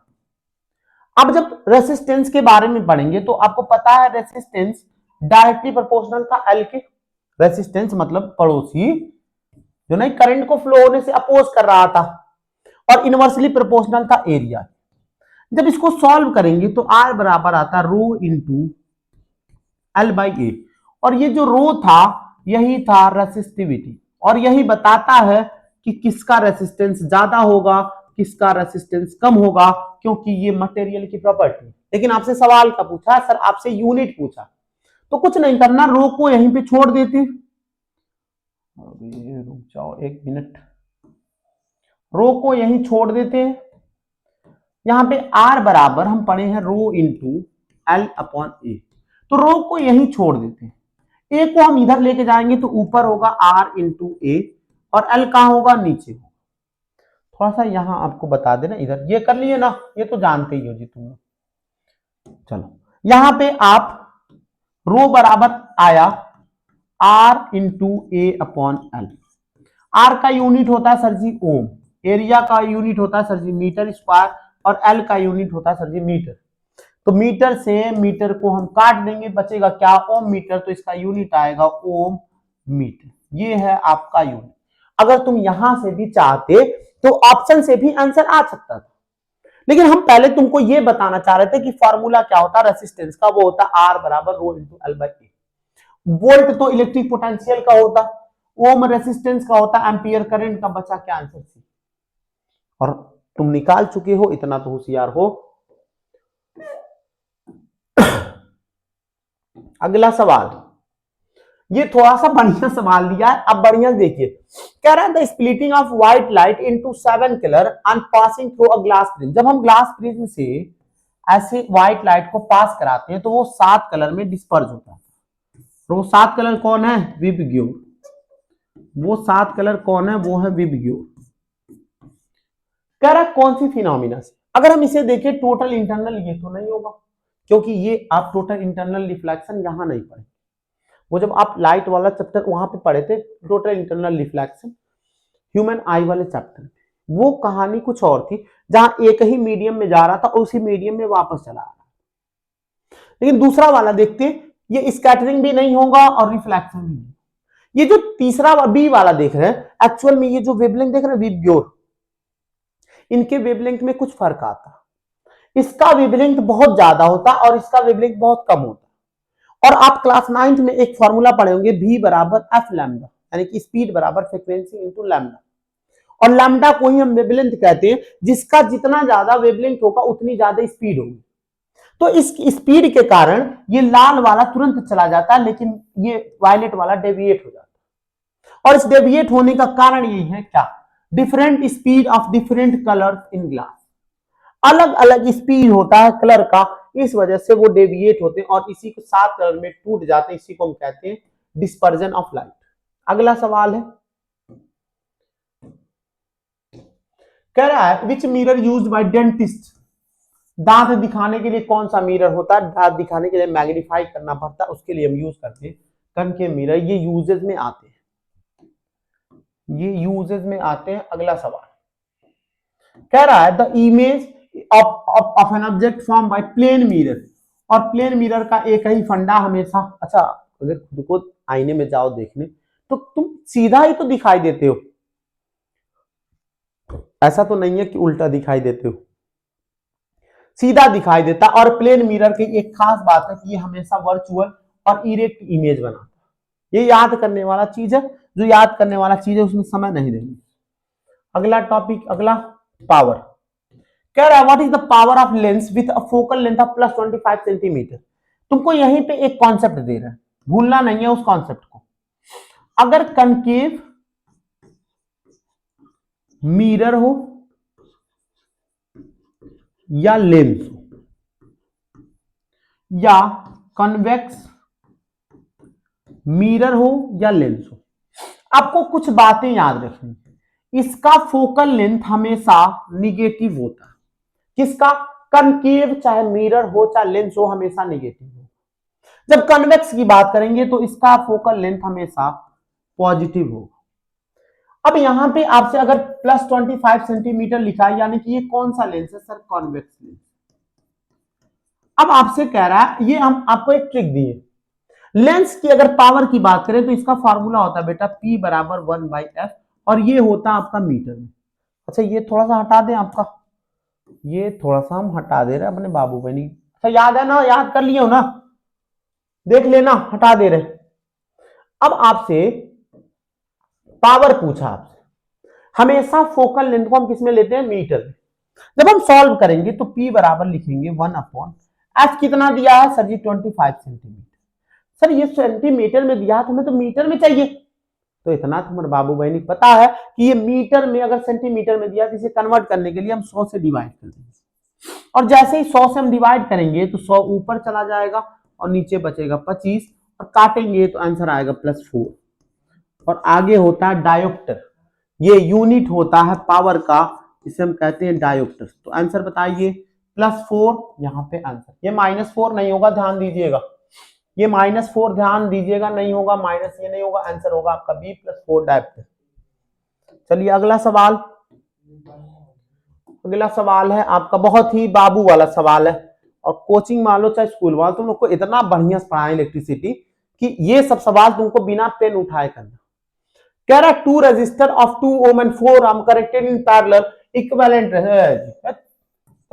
ऐसे बोलोगे तुम लोग जब भी देखोगे, क्योंकि आपको पता है हमारे बाबू बहनी पढ़ाए हैं कि पैरेलल अगर होगा तो R इक्विवेलेंट बराबर होगा 1/R1 + 1/R2। सॉल्व करोगे तो ये R1 कितना है सर जी? 2 ohm, R2 कितना है सर जी? 4 ohm। कर लो एलसीएम लोगे तो कितना होगा?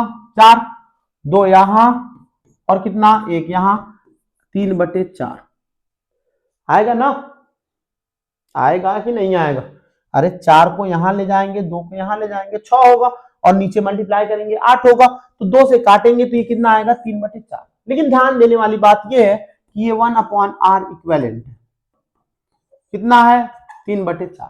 तो R इक्विवेलेंट को जब हम ऊपर लेके जाएंगे तो 4/3 हो जाएगा, और कितना दिया है आपको? 4/3 को हम कितना लिखेंगे? लगभग 4/3 को हम लिखेंगे 1.33। आंसर थोड़ा ध्यान से पढ़ना, यहां पे मोर देन 4 ohm, तो पैरेलल की एक फंडा याद रखिएगा, कभी भी पैरेलल वाला अपने सबसे कम वाले से भी कम होता है। तो सबसे कम तो 2 है, ये तो फिक्स है कि वो 2 से कम होगा। 6 ohm भी नहीं होगा, एग्जैक्टली भी नहीं होगा, लेस देन 2 ohm, और आंसर कितना आया?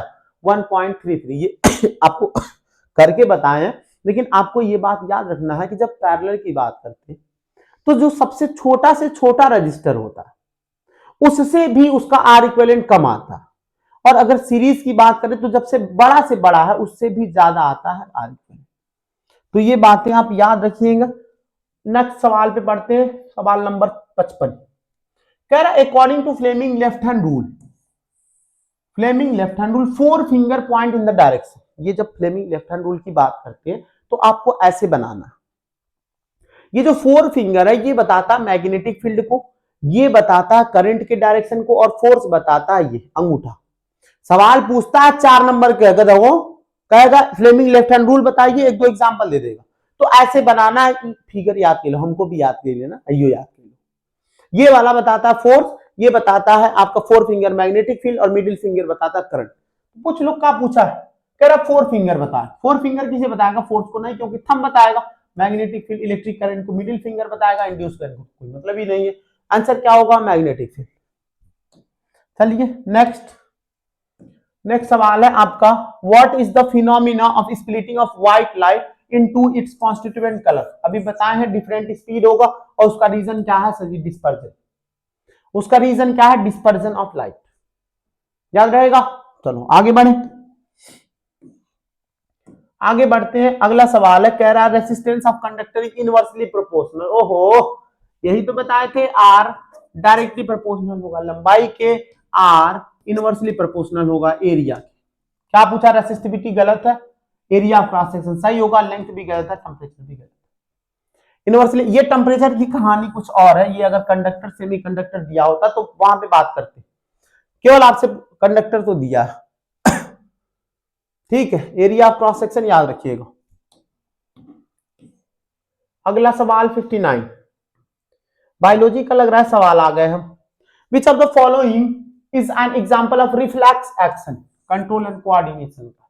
रिफ्लेक्स एक्शन मतलब क्या, जो आप सडन रिस्पॉन्स दे रहे हो, गाड़ी चला रहे हो, अगर सामने कुछ आ गया तो आप तुरंत सडन रिस्पॉन्स देते, अपना आंख बंद कर लेते, आप हाथ लगा लेते, ये सडन रिस्पॉन्स है, और इसी को हम कहते हैं रिफ्लेक्स एक्शन।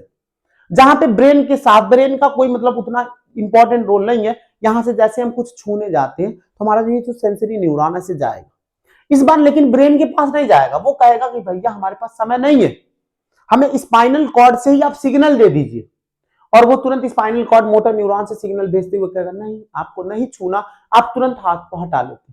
यानी कि रिफ्लेक्स एक्शन जहां पे आपको तुरंत जरूरत पड़े, जहां पे स्पाइनल कॉर्ड भी इन्वॉल्व हो, तो तुरंत की जरूरत कहां पड़ेगी, लेटर लिखने के लिए तुरंत की जरूरत पड़ेगी। गधो, एक घंटा ले तो सोचोगे क्या लिखे, तुम कैसी हो, क्या कर रही हो, ये लिखोगे। उसके बाद गाना गाना, तो ये तुरंत नहीं है, गाना वाला नहीं है, तो लोग सफर के गाओगे। उसके बाद क्लाइंबिंग स्टेयर्स, अच्छा अभी आज की बात बता रहे, क्लास 9 की, मतलब पढ़ा रहे थे स्कूल, घंटी मतलब गए उन लोग के क्लास में, तो पीछे से गए, तो 2-3 लड़कियां थी, बहनी है सब हमारी, चुपचाप एकदम मगन होके गाना गा रहे हैं, वही हम खड़े हैं, उन लोग को नहीं दिखाई दे रहा है सर जी खड़े हैं, बाद में देख रहे थे, अरे सर जी शर्माने लगे। अच्छी बहनी है सब, बहुत अच्छी। चलो अगला, नी जर्क। नी जर्क क्या है, मतलब ऐसे अगर आप कहीं पे कोई पैर रखे हो तो आप हटा लेते, तो आंसर क्या होगा आपका, नी जर्क होगा। सीढ़ी चढ़ना, गाना गाना, ये सब आपका रिफ्लेक्स एक्शन नहीं है, आंसर क्या होगा, आंसर होगा आपका नी जर्क, आंसर होगा आपका नी जर्क। अगला सवाल, ये फिजिक्स का थोड़ा सा लग रहा है, हमारे एडिटर साहब जो चीफ एडिटर है उन लोग गलत कर दिए, उन लोगों को ही नहीं पता बायोलॉजी कौन है और केमिस्ट्री फिजिक्स कौन है। पहले बायोलॉजी, कोई बात नहीं, आपको मतलब सब तो साइंस ही है। अगला सवाल है, SI unit of electric power. Electric power का आपसे यूनिट पूछ रहा है, तो इलेक्ट्रिक पावर का यूनिट एक होता है आपका वॉट यहां पे, लेकिन कुछ और चीजें हैं यही बता दे रहे। जब हम पावर की बात करते हैं तो पावर बराबर होता है work done upon time, work done upon time, work done मतलब W, टाइम मतलब T, और इसका यूनिट आएगा जूल पर सेकेंड। तो एक और यूनिट याद रखिएगा पावर का, जूल पर सेकेंड। और वहीं पे और कुछ फॉर्मूले भी होते हैं पावर के, जैसे पावर का फॉर्मूला होता है V इंटू आई, दूसरा होता है आई स्क्वायर आर, और तीसरा होता है V स्क्वायर अपॉन आर। ये तीनों फॉर्मूले भी पावर के साथ में आप याद कर लीजिएगा। आगे बढ़े, आगे बढ़े। अगला सवाल है, कह रहा है light enter from air to glass, its speed. अब यहां पे आप रिफ्रैक्शन वाला चैप्टर पे आ गए। जब कहीं पे लाइट एयर से ग्लास में चेंज होता जाता है, तो आपको रिफ्रैक्शन ऑफ लाइट पढ़ाए थे कि लाइट का बेंड होता है। बेंड क्यों होता है, क्योंकि उनकी स्पीड अलग अलग हो जाती है, एयर में कुछ और स्पीड है, ग्लास में कुछ और स्पीड है, और इसी बेंडिंग के फिनोमिना को हम रिफ्रैक्शन कहते हैं। और एक बात बताए थे आपको कि अगर कोई रेयरर से डेंसर जाएगा तो वो क्या करेगा, नॉर्मल की तरफ जाएगा, लेकिन अगर कोई डेंसर से रेयरर जा रहा है तो वे अवे फ्रॉम नॉर्मल जाएगा। तो यहां पे कह रहा है आपका थोड़ा अच्छा सवाल ये नहीं था, चलो ये भी बता दी, सवाल कुछ और कह रहा स्पीड पूछ। तो इतना याद रखिएगा कि रेयरर में स्पीड ज्यादा होता और डेंसर में स्पीड कम होता। तो ये एयर मतलब रेयरर, एयर मतलब रेयरर, ग्लास मतलब डेंसर। अगर रेयरर से डेंसर जा रहे हैं तो स्पीड क्या होगा, घटेगा, डिक्रीज होगा। आंसर होगा डी। नेक्स्ट सवाल 61, SI unit of electric current हमारे बाबू बहनी। तो वाट किसका होता है सर जी, पावर का। वाट किसका होता है सर जी, पावर का। वोल्ट किसका होता है सर जी, पोटेंशियल का। हाँ हाँ वो तो जान रहे, तुम लोग जान गए। ओम किसका होता है सर, रेसिस्टेंस का। बचा क्या सर जी, तो हमको पता था, आप कैसे कहते हैं लगता पता नहीं है। हाँ हाँ आंसर क्या होगा, बी होगा, एम्पियर, क्योंकि इलेक्ट्रिक करंट पूछा। चलो इलेक्ट्रिक करंट का यहीं पे फॉर्मूला बता दे रहे हैं, क्यू अपॉन टी होता है। क्यू क्या है, चार्ज है, टी अपॉन क्या है, टाइम है। ध्यान रखिएगा, पढ़ लीजिएगा बढ़िया से। अगला सवाल है, कह रहा no matter how far you stand from a mirror your image appear erect the mirror is likely to be. कह रहा है कि हमें इससे मतलब नहीं है कि आप कितना दूर या कहां खड़े, आपका इमेज हमेशा इरेक्ट दिखाएगा। क्या है वो, द मिरर इज लाइकली, तो मिरर होगा आपका अपीयर इरेक्ट। यहां पे दो चीज है, ये आप कॉन्वेक्स भी कर सकते हैं। अच्छा यहां पे दोनों ऑप्शन दिया, सही है। ऑप्शन क्या होगा, डी, क्योंकि प्लेन मिरर में हमेशा क्या बनाता है, वर्चुअल और इरेक्ट बनाता है, और कॉन्वेक्स मिरर में भी हमेशा वर्चुअल और इरेक्ट बनाता है। तो आंसर क्या होगा, आइदर प्लेन और कॉन्वेक्स। ये ध्यान दे, ये नहीं कि पहले ये प्लेन दिखा ऐसे मार के चले गए। कनकेव कॉन्वेक्स दोनों यहां पे दिया, आइदर प्लेन और कॉन्वेक्स। तो आंसर होगा आपका डी, आंसर होगा आपका डी। नेक्स्ट सवाल कह रहा है the correct relation between the focal length F and radius of अरे। बताओ ये कोई बार बता चुकी। आर बराबर क्या सर जी, फोकल लेंथ एग्जैक्टली डबल होता है रेडियस ऑफ कर्वेचर। आंसर क्या होगा, आंसर होगा बी। नेक्स्ट सवाल,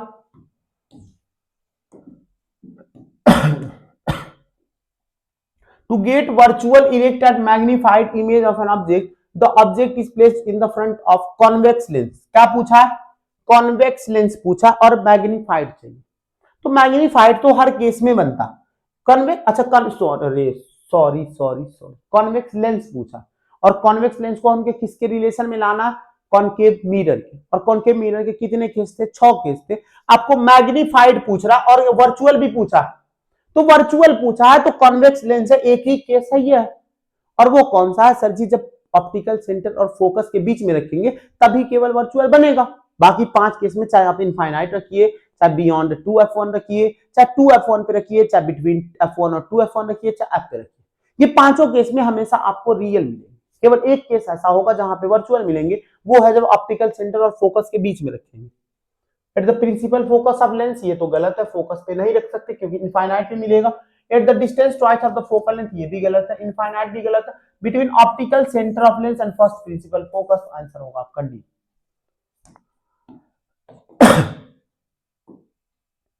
नेक्स्ट अपने बाबू बहनी के लिए, और ये सवाल है तुम लोग के लिए पूरे 50 रुपए, और ये देखो पूरे 50 रुपए तुम लोग के लिए सवाल है। देखो 50 रुपया है, ये पूरे 50 रुपए का सवाल है तुम लोग के लिए। जो पाएगा बता देना कमेंट बॉक्स में, कल दे देंगे। Spherical mirror, a thin and thin spherical lens each have a focal length of 15 centimetre.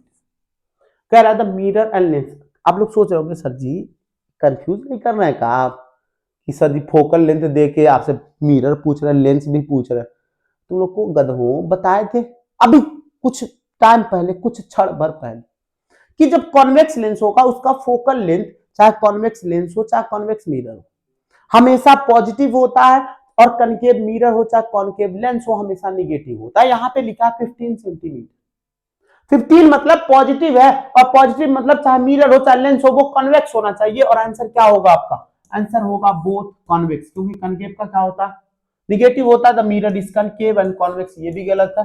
The mirror is convex and concave, ये भी गलत है। आंसर होगा आपका B.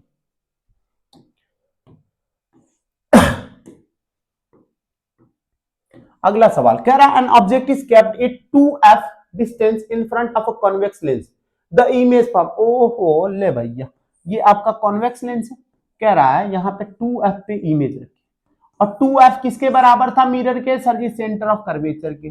Sir ji centre of curvature पे अगर इमेज ऑब्जेक्ट को रखे तो सेम साइज का बनता है और जहां रहेगा वहीं बनेगा। तो सर अगर 2f पे हम रखे हैं तो इमेज भी कहां बनेगा? सर जी 2f पे बनेगा। आंसर होगा बी। इनफाइनाइट पे कब बनेगा? जब f1 पे रहेगा। 2f पे बना, f पे रहेगा तब क्या बनेगा? इनफाइनाइट बनेगा। और एफ एन ऑप्टिकल सेंटर बनेगा तो वो वर्चुअल होगा और behind the mirror, behind the lens बनेगा। ये बात याद रखिए, आंसर होगा बी। तो नेक्स्ट कहते कहते थक गए जी। ये देखो परौथी लग गया, आगे आगे आगे।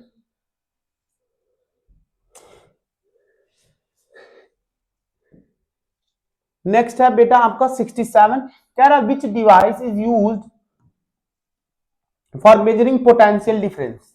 पोटेंशियल डिफरेंस मेजर करने के लिए ये क्या करते हैं? अमीटर होता है, ये बेटा आपका करंट मेजर करेगा। गैल्वेनोमीटर ये भी आपका करंट मेजर करता है। और वोल्ट मीटर ये क्या करता है? आपका पोटेंशियल डिफरेंस। तो आंसर क्या होगा? आपका सी होगा आंसर, वोल्ट मीटर।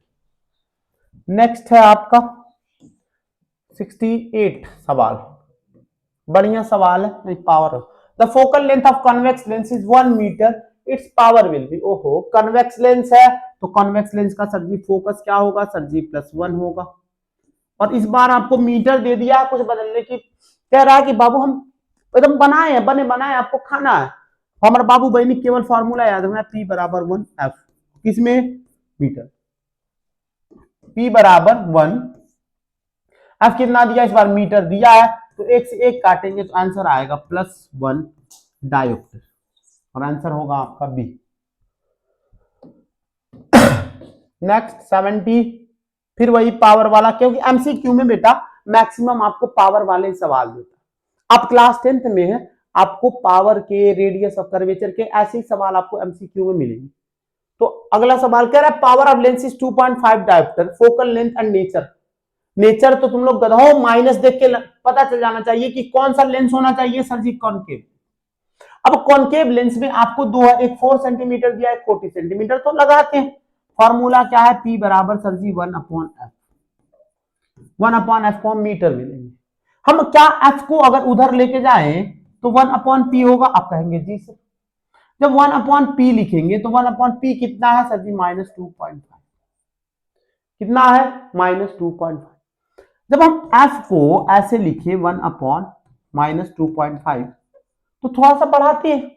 यहाँ पे अगर 0 बढ़ाएंगे तो ये 25 हो जाएगा और अगर एक और 0 बढ़ाएं तो यहाँ पे कितना हो जाएगा? 250। जब हम इसे भाग देंगे 250 का तो 100 बार में, 25 बार में 25 चौको कितना होगा? 100। और ये कितना होगा? 10 बार में, यानी कि लगभग लगभग f बराबर आपका आया 0.4 मीटर। अच्छा तुम लोग कंफ्यूज हो गए होगे, एक बार फिर से बता दे। P बराबर हम पढ़े हैं 1/f मीटर में। अरे भैया कैसा लिखा रहे हो जी। P बराबर पढ़े हैं 1/f और f किस में है? Sir ji metre. पावर कितना दिया है? सर जी -2.5 डायोप्टर और 1/f। तो क्या हम f को उधर लेके जाएं? आप कहेंगे यस सर लेके जाइए, क्यों रुके हैं? हम कहें अपने बाबू बहनी को समझा दे बढ़िया से। जैसे ही हम सॉल्व करेंगे इसे, 25 चौको कितना होता है? 25 चौको होता है 100, तो आंसर आएगा -0.4 मीटर। लेकिन ये मीटर में दिया और आंसर कितने दिया? 40 सेंटीमीटर। तो मीटर में चेंज करने के लिए 100 से हम भाग दे, गुणा कर देंगे। एक 0 से 4 होगा, फिर एक और 0, तो f बराबर आया -40 सेंटीमीटर। कनकेव तो पहले से था, अब कौन है? 40 सेंटीमीटर लग रहा है। ऑप्शन थोड़ा सा माइनस नहीं लगाया है, लेकिन आंसर क्या होगा? बी होगा, क्योंकि कनकेव होना चाहिए, क्योंकि माइनस में है पावर। याद रहेगा। चलिए नेक्स्ट।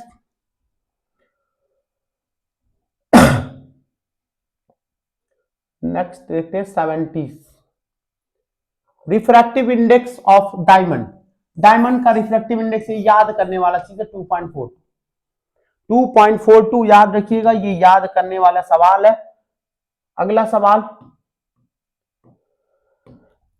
अभी फिजिक्स के पार्ट में वो दूठो बायोलॉजी गधा सब है ना, लेक्चर है, कोई बात नहीं। क्या रहा? When light ray move away from the normal while going from one medium to other medium they move from. अब इस बार आपसे उल्टा सवाल पूछा। अपन बाबू बहनी को बताए थे कि ये मान लेते एक मीडियम है, यहां से ऐसे रे ऑफ लाइट आया, ये मान लेते हैं एक मीडियम है, यहां से रे ऑफ लाइट आए। अगर ये डेंसर होगा और ये रेयरर होगा और ये डेंसर होगा तो ये नॉर्मल की तरफ जाएंगे। अगर ये डेंसर होगा और ये रेयरर होगा तो ये नॉर्मल से अवे जाएंगे। सवाल में कह रहा है कि move away from the normal, दूर जा रहा, तो लाइट रे कहां से आ रहा, तो कहां से आ रहा है सर जी, डेंसर से रेयरर आ रहा है। अगर टुवर्ड द नॉर्मल कहा होता तो रेयरर से डेंसर आया होता, तो आंसर पहला मिला ही। कह रहा denser medium to rarer medium, और पहला ही आंसर मिल गया, आगे बढ़ने की जरूरत नहीं। आंसर क्या होगा, ए होगा। नेक्स्ट सवाल, the reason of blue colour of the sky, और blue colour of the sky इसलिए होता है क्योंकि वहां पे रे ऑफ जो कलर होते हैं उनका स्कैटरिंग होता है, और आंसर होगा आपका स्कैटरिंग। आंसर क्या होगा, scattering of light. Next 73, magnetic field intensity, इसके तीनों यूनिट बिना पढ़े बोल जाना। पहला यूनिट है इसका बी बराबर होता है टेस्ला। ये बी को हम मैग्नेटिक फील्ड दिखाते हैं, इससे हम कहते हैं बी मैग्नेटिक फील्ड।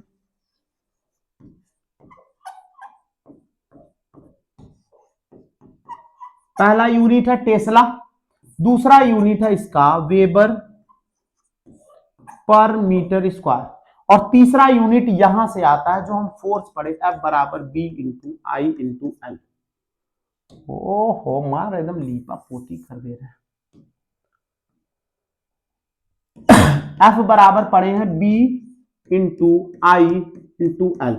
पढ़े हो ना कि किसी कंडक्टर को अगर किसी एक्सटर्नल मैग्नेटिक फील्ड में रख दे तो वहां पे फोर्स एक्सपीरियंस हो रहा था, और उस फोर्स को हम फ्लेमिंग लेफ्ट हैंड रूल से जान रहे थे, और उस फोर्स का फॉर्मूला था बी इंटू आई इंटू एल।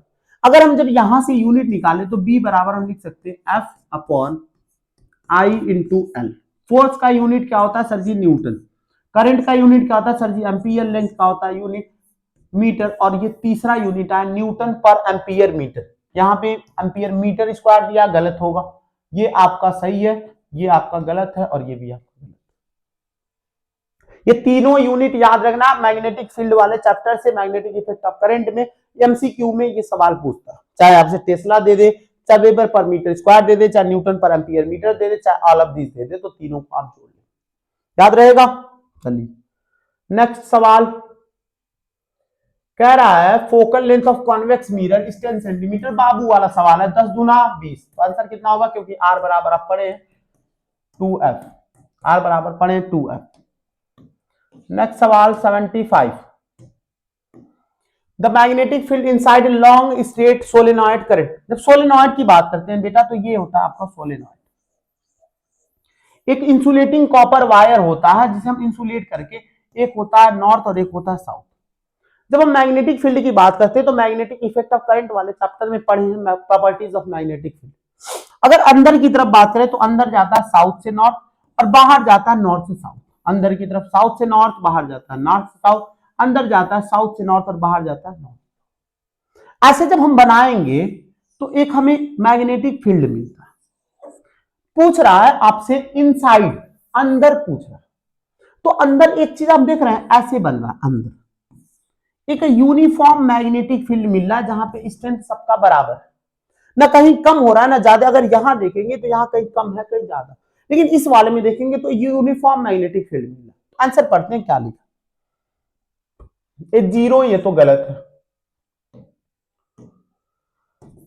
ये तो गलत है। Decreases as we move toward its, oh sorry ये कुछ और दिया, इंक्रीजेस, सॉरी आपसे इनसाइड पूछ रहा था, इनसाइड इंक्रीज होगा, ये सॉरी यहां पे डी तो दिया, it's same it's all point, ऐसे बनता, बताया तुझे, ऐसे यूनिफॉर्म मैग्नेटिक फील्ड बनेगा, और यूनिफॉर्म मैग्नेटिक फील्ड मतलब हमेशा एक जगह क्या रहेगा, स्ट्रेंथ कांस्टेंट रहेगा, तो आंसर होगा आपका डी।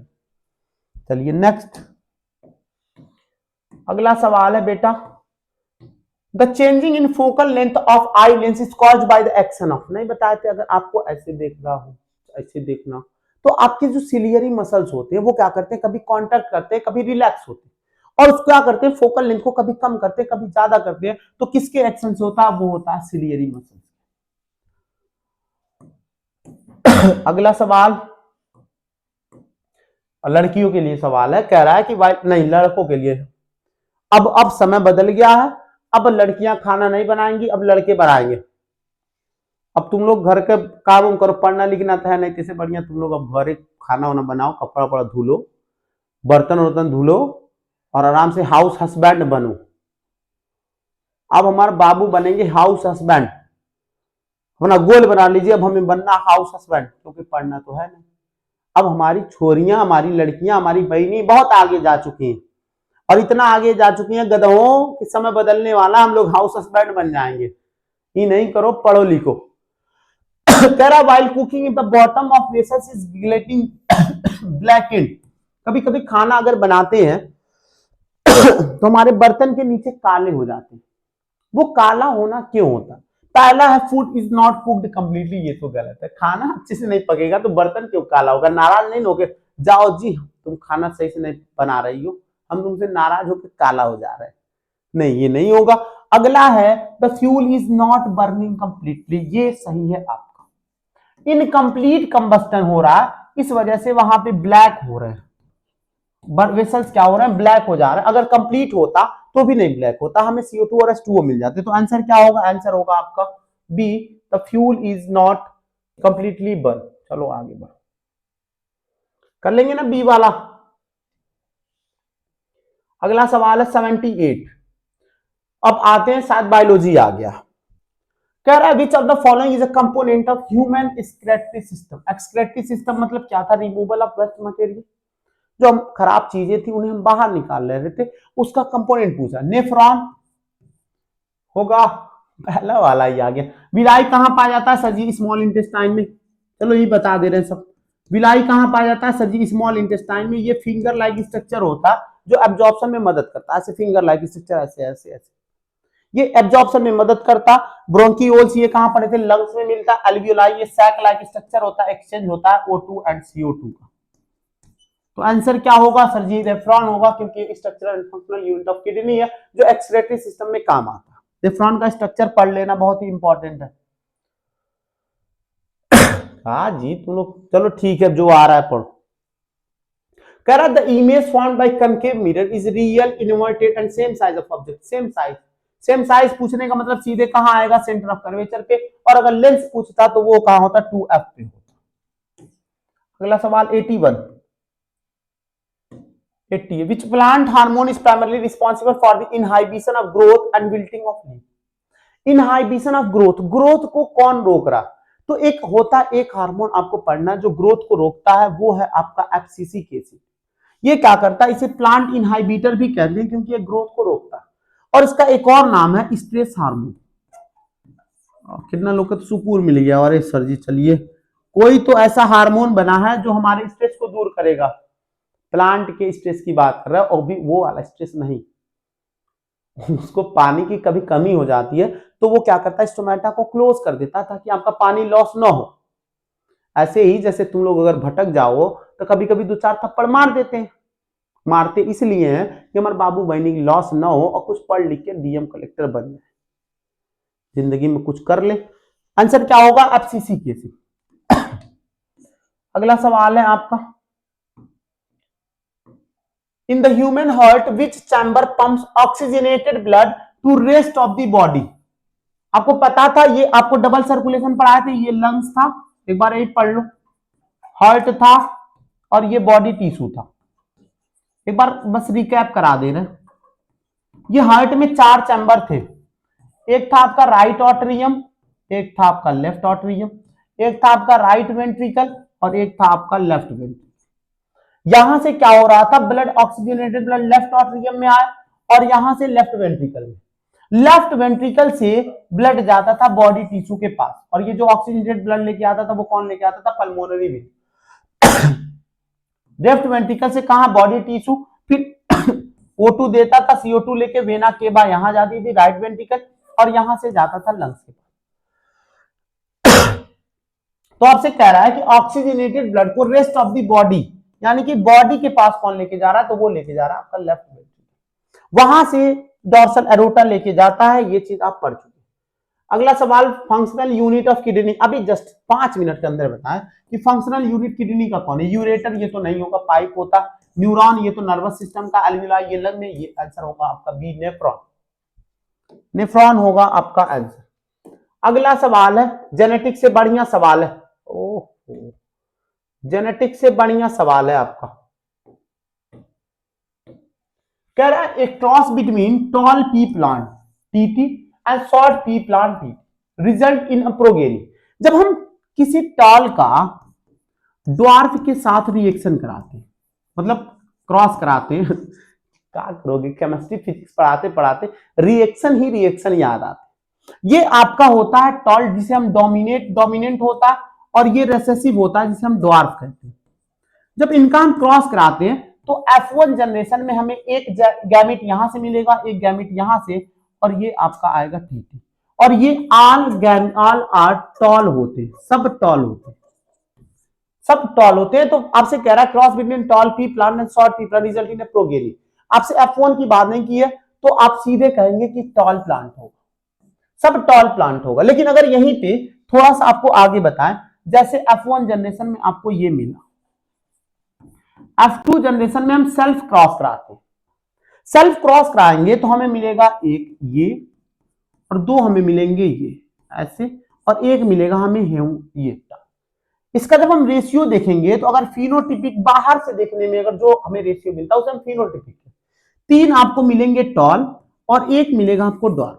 लेकिन अगर जीनोटिपिक की बात करें,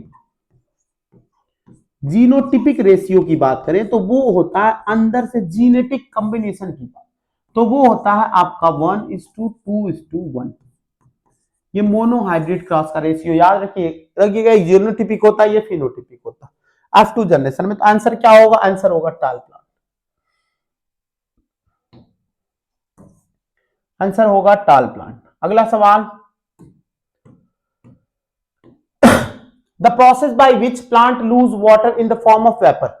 जब वेपर के फॉर्म में पानी, प्लांट अपना पानी लूज करता उसे हम कहते हैं ट्रांसपायरेशन। फोटोसिंथेसिस में तो यूज होता है, रिस्पायरेशन से तो कोई मतलब नहीं है, ट्रांसलोकेशन मतलब ट्रांसपोर्ट ऑफ फूड होता है।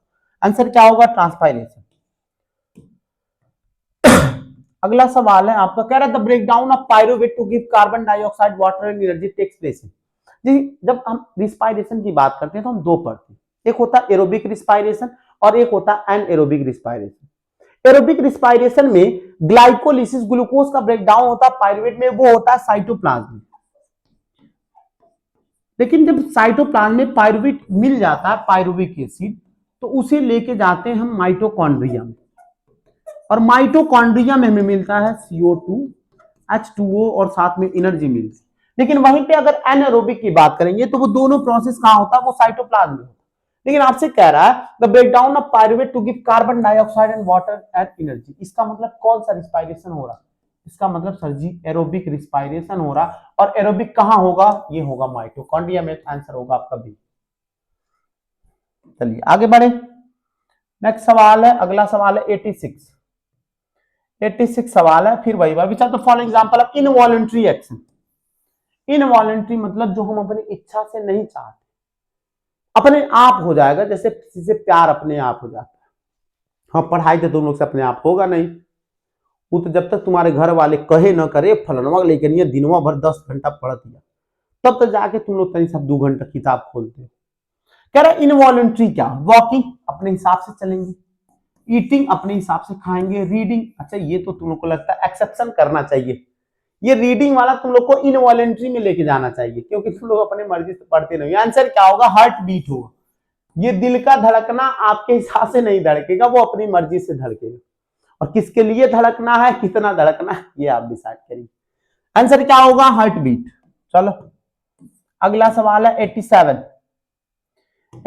अपने मतलब exchange of genetic material takes place in. Genetic material का एक्सचेंज कहां होता है, अच्छा जेनेटिक मटेरियल का एक्सचेंज होना मतलब क्या, वहां पे 2 पेरेंट इन्वॉल्व होंगे तभी तो एक्सचेंज होगा। अब हम ही हैं, हम ही का जेनेटिक मटेरियल एक्सचेंज करेंगे, कर लीजिए, हो गया। हमसे अकेले होगा, नहीं होगा। वेजिटेटिव प्रोपेगेशन एक टाइप ऑफ एसेक्सुअल रिप्रोडक्शन है, ये तो नहीं होगा क्योंकि एक ही पेरेंट इन्वॉल्व है, जहां पे आप फ्रेगमेंटेशन पढ़ेंगे, ये सब चीजें पढ़े। फिर एसेक्सुअल रिप्रोडक्शन ये भी नहीं होगा, होगा कहां, वो होगा सेक्सुअल रिप्रोडक्शन में, क्योंकि यहाँ पे बोथ पेरेंट इन्वॉल्व, और बोथ पेरेंट इन्वॉल्व होंगे तो उनके क्रोमोसोम से जेनेटिक एक्सचेंज होगा, और इसी वजह से आंसर क्या होगा, आंसर होगा आपका सी। 88 88 पता नहीं का खुल जा रहा है जी, हम तो समझ नहीं पा रहे, अपने आप खुल जा रहा है। चलिए आ गया। अगला सवाल है आपका 88। The pH of gastric acid हमारे पेट में एक ग्लैंड होता है गैस्ट्रिक ग्लैंड। गैस्ट्रिक ग्लैंड एक एसिड सीक्रेट करता है। चलो नाम बता दो कोई एसिड का, एसिड का नाम बता दीजिए। उस एसिड का नाम है सर जी HCl, और HCl है इसका मतलब सर जी हाइड्रोक्लोरिक एसिड। और सर जी एसिड है तो एसिड का पीएच हमेशा कितना होगा सर जी 7 से कम होगा। तो आंसर हमारे बाबू भाई नहीं बताएंगे कितना होगा, लेस देन 7। मोर देन 7 ये तो बेसिक हो जाएगा, इक्वल टू 7 न्यूट्रल होगा, इक्वल टू 0 ये तो गलत है। आंसर होगा आपका ए। अगला सवाल है हमारे बाबू बहनी के लिए, स्क्रीन पे पूरे 25 रुपए का सवाल है। सवाल ये है, अरे आसान नहीं है जी। इन विच ले लेना in which part of the female reproductive system does the fertilization of. Fertilization कहां होता? फर्टिलाइजेशन मतलब स्पर्म और ओवा का जो फर्टिलाइज होना, फ्यूजन होना, तभी तो जाइगोट बनेगा, एम्ब्रियो बनेगा, फिर न्यूबॉर्न बेबी होगी, और फिर आप हमारे बाबू बहनी खिलाएंगे। तो वो कह रहा है फर्टिलाइजेशन कहां होता? ओवरी में तो नहीं होता, सर्विक्स में इम्प्लांटेशन होता, वहां नहीं होता। यूटेरस में भी इम्प्लांट, सर्विक्स मतलब ये कैनाल है, यूटेरस में इम्प्लांटेशन होता। आंसर होगा फॉलोपियन ट्यूब। फॉलोपियन ट्यूब के शुरुआती में, ये जैसे ये मान लेते हैं हमारी ओवरी है, हमारी नहीं जी ओवरी है, और ये आपका फॉलोपियन ट्यूब। तो जैसे ही शुरुआत होता है फॉलोपियन ट्यूब का, वहां पे फर्टिलाइजेशन होता है, और वो होता है फॉलोपियन ट्यूब। नेक्स्ट है 90। Xylem in plant is responsible for. Xylem किसके लिए रिस्पॉन्सिबल है? हमारे बाबू भाई ने तुरंत बताएंगे सर जी जाइलम वाटर के लिए। और क्या होता है, यूनिडायरेक्शनल की by directional? Sir ji unidirectional, क्योंकि रूट से लीफ में स्टेम में जाते, तो आंसर क्या होगा? Transport of water. नेक्स्ट आते हैं 91 पे। कह रहा which of the following is responsible for the depletion of ozone layer. Ozone layer को बताइए, जहां के वहां भी नहीं किसी को छोड़ रहे हैं, सब नीचे हैं, जमीन पे है, तो चलिए समझ में आ रहा है एक दूसरे को गिराने लगे, लेकिन ओजोन लेयर को भी नहीं छोड़ रहे। उसका रीजन कौन है? वो है क्लोरोफ्लोरोकार्बन, और एक्चुअल में उस रीजन का कारण हम ही लोग हैं। जो हम फ्रिज यूज करते हैं, एसी यूज करते हैं, उसमें सब गैस होता है क्लोरोफ्लोरोकार्बन। आंसर होगा आपका बी। नेक्स्ट सवाल आपका 92। Which part of the human brain is responsible for maintaining posture and equilibrium? बहुत ही बढ़िया सवाल और बहुत ही इंपॉर्टेंट सवाल है कि अगर हम खड़े हैं ऐसे, तो हमें ऐसे ही खड़ा रहना, ये कौन डिसाइड कर रहा है? या अगर हमारे हाथ में ये पेन है, तो कौन बता रहा है कि हमें इस तरह से उठाना पेन? हम ऐसे तो उठाते, ऐसे भी तो उठा सकते थे। ये कौन बता रहा है? ये बताता आपका सेरेबेलम, जो हिंड ब्रेन का पार्ट होता है, सबसे नीचे वाले ब्रेन का पार्ट होता है सेरेबेलम। वो बताता कि हमें मेंटेन कैसे रहना, अपने पोस्चर को कैसे रखना। आंसर क्या होगा आपका? सेरेबेलम। नेक्स्ट सवाल 93। इन फोटोसिंथेसिस क्लोरोफिल, बताए थे क्लोरोफिल एक मसाले की तरह काम करेगा जो सनलाइट को, नमक को एब्सॉर्ब करेगा। टाटा नमक की जगह क्या बताए थे सर जी? सनलाइट नमक बताए। सनलाइट नमक का काम क्या है? क्लोरोफिल का नाम क्या? काम क्या? एब्जॉर्बिंग ऑफ लाइट, सनलाइट को एब्जॉर्ब करेगा ताकि हाइड्रोलिसिस हो। आंसर होगा आपका ए। नेक्स्ट सवाल 94। Which of the following, which is the not part of a female genital system? कह रहा है फीमेल जेनाइटल सिस्टम का पार्ट कौन नहीं है? तो फीमेल रिप्रोडक्टिव सिस्टम में अगर आप आए, तो आपको ओवरी मिलेगा, फॉलोपियन ट्यूब मिलेगा, यूटेरस मिलेगा, सर्विक्स मिलेगा, वैजाइना मिलेगा। देखते हैं, ओवरी तो है, यूटेरस भी नहीं होगा, वास डिफरेंस, फॉलोपियन ट्यूब, तो आंसर क्या होगा? Vas deferens. ये वास डिफरेंस क्या करता है? हमारी टेस्टिस से जो स्पर्म लेके आता है सेमाइनल वेसिकल्स में, उसका काम करता है वास डिफरेंस। एक नली होती है, ये कहां पाया जाता है? ये फीमेल, मेल में पाया जाता है। और फीमेल, आपसे पूछा है कि कौन फीमेल जेनाइटल का पार्ट नहीं है, तो पार्ट कौन है? ये मेल का है, वास डिफरेंस। तो आंसर होगा आपका सी। अगला सवाल 94, 95। What is the function of bile juice? सबसे पहले तो बताओ, अच्छा लिखा है बाइल जूस कौन सीक्रेट करता है? लीवर। अच्छा चलो, स्टोर कहां होता है? स्टोर होता है, आपको पता है, गाल ब्लैडर में। कहां स्टोर होता है सर जी? गाल ब्लैडर में। ये क्या करता है, हमें फैट को इमल्सिफिकेशन में हेल्प करता है। जो बड़े बड़े पार्टिकल होते हैं फैट के, उन्हें तोड़ तोड़ के छोटे छोटे पार्टिकल मिलाता है, उसी को कहते हैं इमल्सिफिकेशन ऑफ फैट। और लीवर जो बाइल जो सिक्रेट करता है, उसका काम होता है फैट को इमल्सिफाई करना, तोड़ना। अगला सवाल है, दो न्यूरॉन के बीच के गैप को क्या कहते हैं? अगर ये तुम लोग को भूल गए तो सही बता रहा है तुम लोग को, का हम कहें अपन बाबू भाई नहीं कह रहा, the gap between two neuron, दो न्यूरॉन के गैप को क्या कहते हैं? उन्हें हम कहते हैं साइनेप्स। अगला न्यूरॉन आया था, फिर अगला न्यूरॉन, इनके बीच के गैप को क्या कह रहे थे? साइनेप्स कह रहे थे। आंसर होगा साइनेप्स।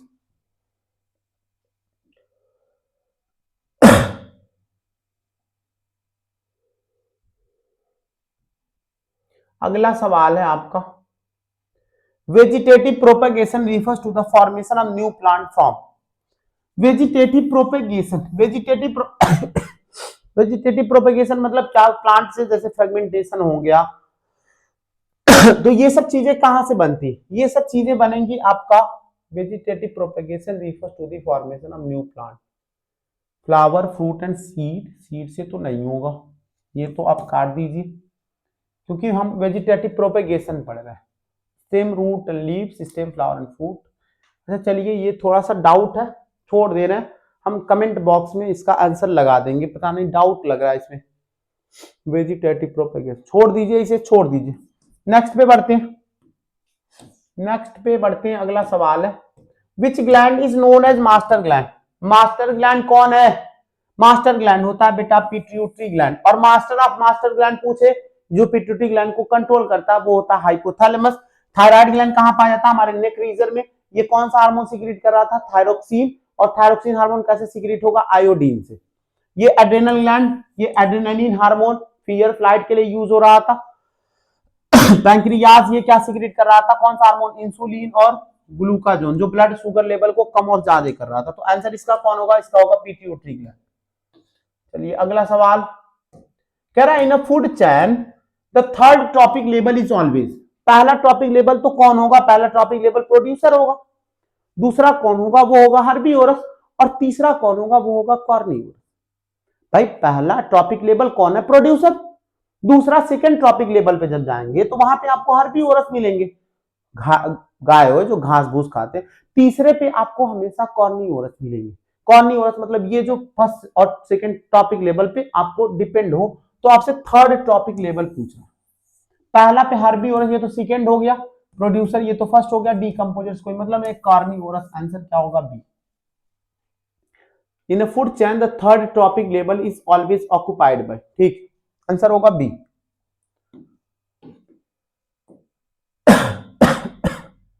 अगला सवाल, which part of the flower develop into fruit? Fruit में कौन सा पार्ट डेवलप होता है? तो ओवरी होता है आंसर। अगर ओवूल की बात करें तो वो चेंज होता है सीड में। तो ये बात याद रखिएगा, आंसर होगा आपका ए। अगला सवाल, the embryo get nutrition from mother blood with the help of special tissue. जब बच्चा देखते हैं जब पैदा होता है तो उसका कुछ कटाता है, इसे उसके पेट में से निकला, वो एक्चुअल में वो एक जगह होती है, वहीं से उसका एक्सचेंज भी होता है, न्यूट्रिशन भी मिलता है, हर चीज मिलती है। जाइगोट तो नहीं होगा, यूटेरस में जहां इम्प्लांटेशन होता है। आंसर होगा प्लेसेंटा। ये बहुत ही इंपॉर्टेंट लाइन है, इस बात को याद रखिएगा, प्लेसेंटा। चलिए अगला सवाल, 102। जरूरत लोगों के लिए कितना सवाल लेकर आए हैं, सवालों का भरमार है जी। Asexual reproduction is by budding. Budding से किस में पाया जाता है? बडिंग से पाया जाता है हाइड्रा। ए सेक्सुअल रिप्रोडक्शन हाइड्रा में पाया जाता है, बडिंग से। अगला सवाल है, which of the following is non biodegradable? Cotton, paper, animal. ये डीडीटी होता है, डाइक्लोरो डाइफेनाइल टेट्राएसीटेट। ये डीडीटी एक्चुअल में नॉन बायोडिग्रेडेबल होता है। ये एक जगह से बायोमैग्निफिकेशन होता रहता है, इसका बढ़ता रहता है। अपने इंडिया में ये बैन है, पहले इंसेक्टिसाइड के यूज किया करते थे, लेकिन अब इसको बैन कर दिया गया। डीडीटी ये नॉन बायोडिग्रेडेबल होता है, खत्म होने वाली चीज नहीं है ये। अगला सवाल है, which enzyme found in saliva? Saliva में स्टार्च का ब्रेक डाउन करने के लिए कौन सा पाया जाता था? वो पाया जाता था सलाइवरी अमाइलेज। आंसर होगा आपका बी। अगला सवाल बस लास्ट है, the process of accumulation of non biodegradable chemical. देखिए यही बता रहे थे, वो जो डी होता है ये क्या करता है, इकट्ठा होते रहता है, एक्यूमुलेट होता रहता है। इसी को हम कहते हैं बायोमैग्निफिकेशन। यानी कि एक लिविंग ऑर्गेनिज्म से दूसरे लिविंग ऑर्गेनिज्म जाएगा तो वो घटेगा नहीं, बढ़ता चला जाता। आंसर क्या होगा, बी, बायोमैग्निफिकेशन। अभी चलता, following are example of aerobic anaerobic respiration. तो एनएरोबिक रिस्पायरेशन में आपको याद रखना फर्मेंटेशन, जिसमें अल्कोहल बन रहा था। दोनों प्रोसेस कहां हो रहा था, साइटोप्लाज्म में इथेनॉल बन रहा था, साथ में CO2। रिस्पायरेशन स्किन सेल तो नहीं होगा, फिश नहीं होगा, ड्यूरिंग द डे नहीं होगा। आंसर होगा फर्मेंटेशन बाय ईस्ट। अगला सवाल 107 सवाल। In human the sex of child is determined by, और ये सबसे बढ़िया सवाल है, सबसे बेस्ट सवाल है। आपको पता है फीमेल का क्रोमोसोम XX होता और मेल का क्रोमोसोम XY। अगर फीमेल का, ये आपका फीमेल है और ये आपका मेल है, ये फीमेल का अगर X आया और मेल का भी X आया तो होने वाली लड़की होगी, और अगर फीमेल का X आया और मेल का Y आया तो होने वाला लड़का होगा बॉय। कह रहा है कि कौन डिटरमाइन कर रहा है लड़का होगा कि लड़की, कौन डिटरमाइन कर रहा है भाई, लड़की के पास तो XX क्रोमोसोम है, XY क्रोमोसोम किसके पास है, मेल के पास। उसका X आएगा कि Y आएगा, ये कौन डिसाइड कर रहा है, ये मेल डिसाइड कर रहा है। तो आंसर क्या होगा, the health of the mother random the chromosome in the sperm. और कुछ दकियानूस जैसे धकोसलेबाजी वाले मेहरारू हैं बुढ़, 4 ठो अगर लड़की हो जाए तो कहेंगे ए बाबू देखा दूसर दिया। अरे भैया गलती किसकी है, लड़की हो रही है तो वो आपके बहू की पतों की थोड़ी ना गलती, वो तो आपके लड़के की गलती है ना कि उसका X क्रोमोसोम आ रहा है। लड़की के पास तो कोई ऑप्शन ही नहीं है। और अपने बाबू बहनीस कह रहे हैं कहीं ऐसी अगल बगल सुनना, अगर कोई कुछ कहा लड़की को, अरे बाबू लड़की होता है दूसर बिया कैला, ताना वाना दे, जाके दू तमाचा मारना, कहना कि ये आपके घर के पतोही के बहू को दिक्कत नहीं है, ये आपके लड़के की दिक्कत है कि उसका Y क्रोमोसोम आ रहा है कि X क्रोमोसोम आ रहा है। तो कौन डिटरमाइन करेगा, ये मेल डिटरमाइन करेंगे, ध्यान रखिएगा। नेक्स्ट सवाल है अगला, insulin is secreted by. Insulin कौन सिक्रेट करेगा, इंसुलिन सिक्रेट करता है पैंक्रियाज, और इंसुलिन पैंक्रियाज के साथ साथ एक और हार्मोन होता है उसका नाम है ग्लूकागोन। ये भी कौन सिक्रेट करता है, ये भी आपका पैंक्रियाज ही सिक्रेट करता है। तो आंसर क्या होगा, आंसर होगा आपका पैंक्रियाज। चलिए 2 सवाल और है, 2 सवाल हैं और अपन बाप 3 सवाल। Which of the following is the complete digestion of carbohydrate. किसमें कंप्लीट डाइजेशन होता है, तो डाइजेशन कहां खत्म हो जाता है, स्मॉल इंटेस्टाइन में, और यहीं से एब्जॉर्प्शन शुरू हो जाता है। लार्ज इंटेस्टाइन में केवल आपका एब्जॉर्प्शन होगा, स्टमक में डाइजेशन होने के बाद फिर स्मॉल इंटेस्टाइन और एसोफेगस में कोई डाइजेशन नहीं होता। आंसर होगा आपका सी। कह रहा है the energy the currency of energy, energy का करेंसी कौन होता है, वो होता है ATP। और आज का अपने बाबू बहनी का लास्ट सवाल कह रहा है the moment of sunflower in according the path of sun. Sunflower का जो मोमेंट होता है वो अकॉर्डिंग टू द सन है, इस क्या है ये बेटा। अगर फोटोट्रॉपिज्म की बात करें तो ये स्टिमुलस इसमें कौन है, इसमें स्टिमुलस है लाइट। केमो की बात करें तो इसमें स्टिमुलस है केमिकल। हाइड्रो की बात करें तो इसमें होता है वाटर, और जियो मतलब ग्रेविटी। अब आपसे सनलाइट के स्टिमुलस मोमेंट की बात कर रहा है तो लाइट मतलब कौन, वो होता है फोटोट्रॉपिज्म। तो आंसर होगा आपका फोटोट्रॉपिज्म। और ये आपको कंट्रोल एंड कोऑर्डिनेशन चैप्टर में बताए थे कि अगर टुवर्ड द स्टिमुलस होगा तो वो पॉजिटिव और अवे होगा तो नेगेटिव। बस बेटा आज के लिए इतना है। ये आपका MCQ था, 111 MCQ थे, 111 MCQ थे और ये आपके पूरे होंगे। ये सबसे इंपॉर्टेंट MCQ है, ये सब प्रीवियस ईयर के MCQ है। आपका काम बस इतना है, जब भी आप वीडियो देखिएगा आप इसे पॉज करके देखिएगा, खुद से आंसर लाइएगा और अब मैच करिएगा, और कमेंट बॉक्स में एक बार जरूर बताइएगा आपका कितना सही हुआ कितना गलत हुआ। और बेटा आप लोग का दिल से बहुत ही धन्यवाद, आप लोग बहुत सपोर्ट किए। इतना तो आप अपने सगे भाई को नहीं सपोर्ट करेंगे जितना आपने सलमान भैया को आप सपोर्ट किए। बहुत एकदम आपको अगर घर पास होते तो गले लगा लेते अपने बाबू बहनी को, इतना तुम लोग अच्छे हो। ऐसी सपोर्ट बनाए रखिए, आराम से अपना पढ़िए लिखिए, हम भी मेहनत कर रहे हैं, आप भी मेहनत करिए। हम आपके लिए मेहनत कर रहे हैं, आप हमारे लिए, अपने मम्मी पापा के लिए मेहनत करिए। अब इसके बाद हम आपको न्यूमेरिकल सवाल लेके आएंगे पूरे क्लास 10 साइंस फिजिक्स का। उसके बाद आपको हम पूरा ऑल केमिकल रिएक्शन लेके आएंगे केमिस्ट्री का। तो ऐसे ही आपको 15 तारीख तक, बोर्ड एग्जाम तक आपके साथ रहेंगे और पूरा आपका सपोर्ट करेंगे। और आप बस पढ़िए, मेहनत करिए, और हो सकता है जल्द ही मिले आपसे। मिलते हैं नेक्स्ट वीडियो में। धन्यवाद।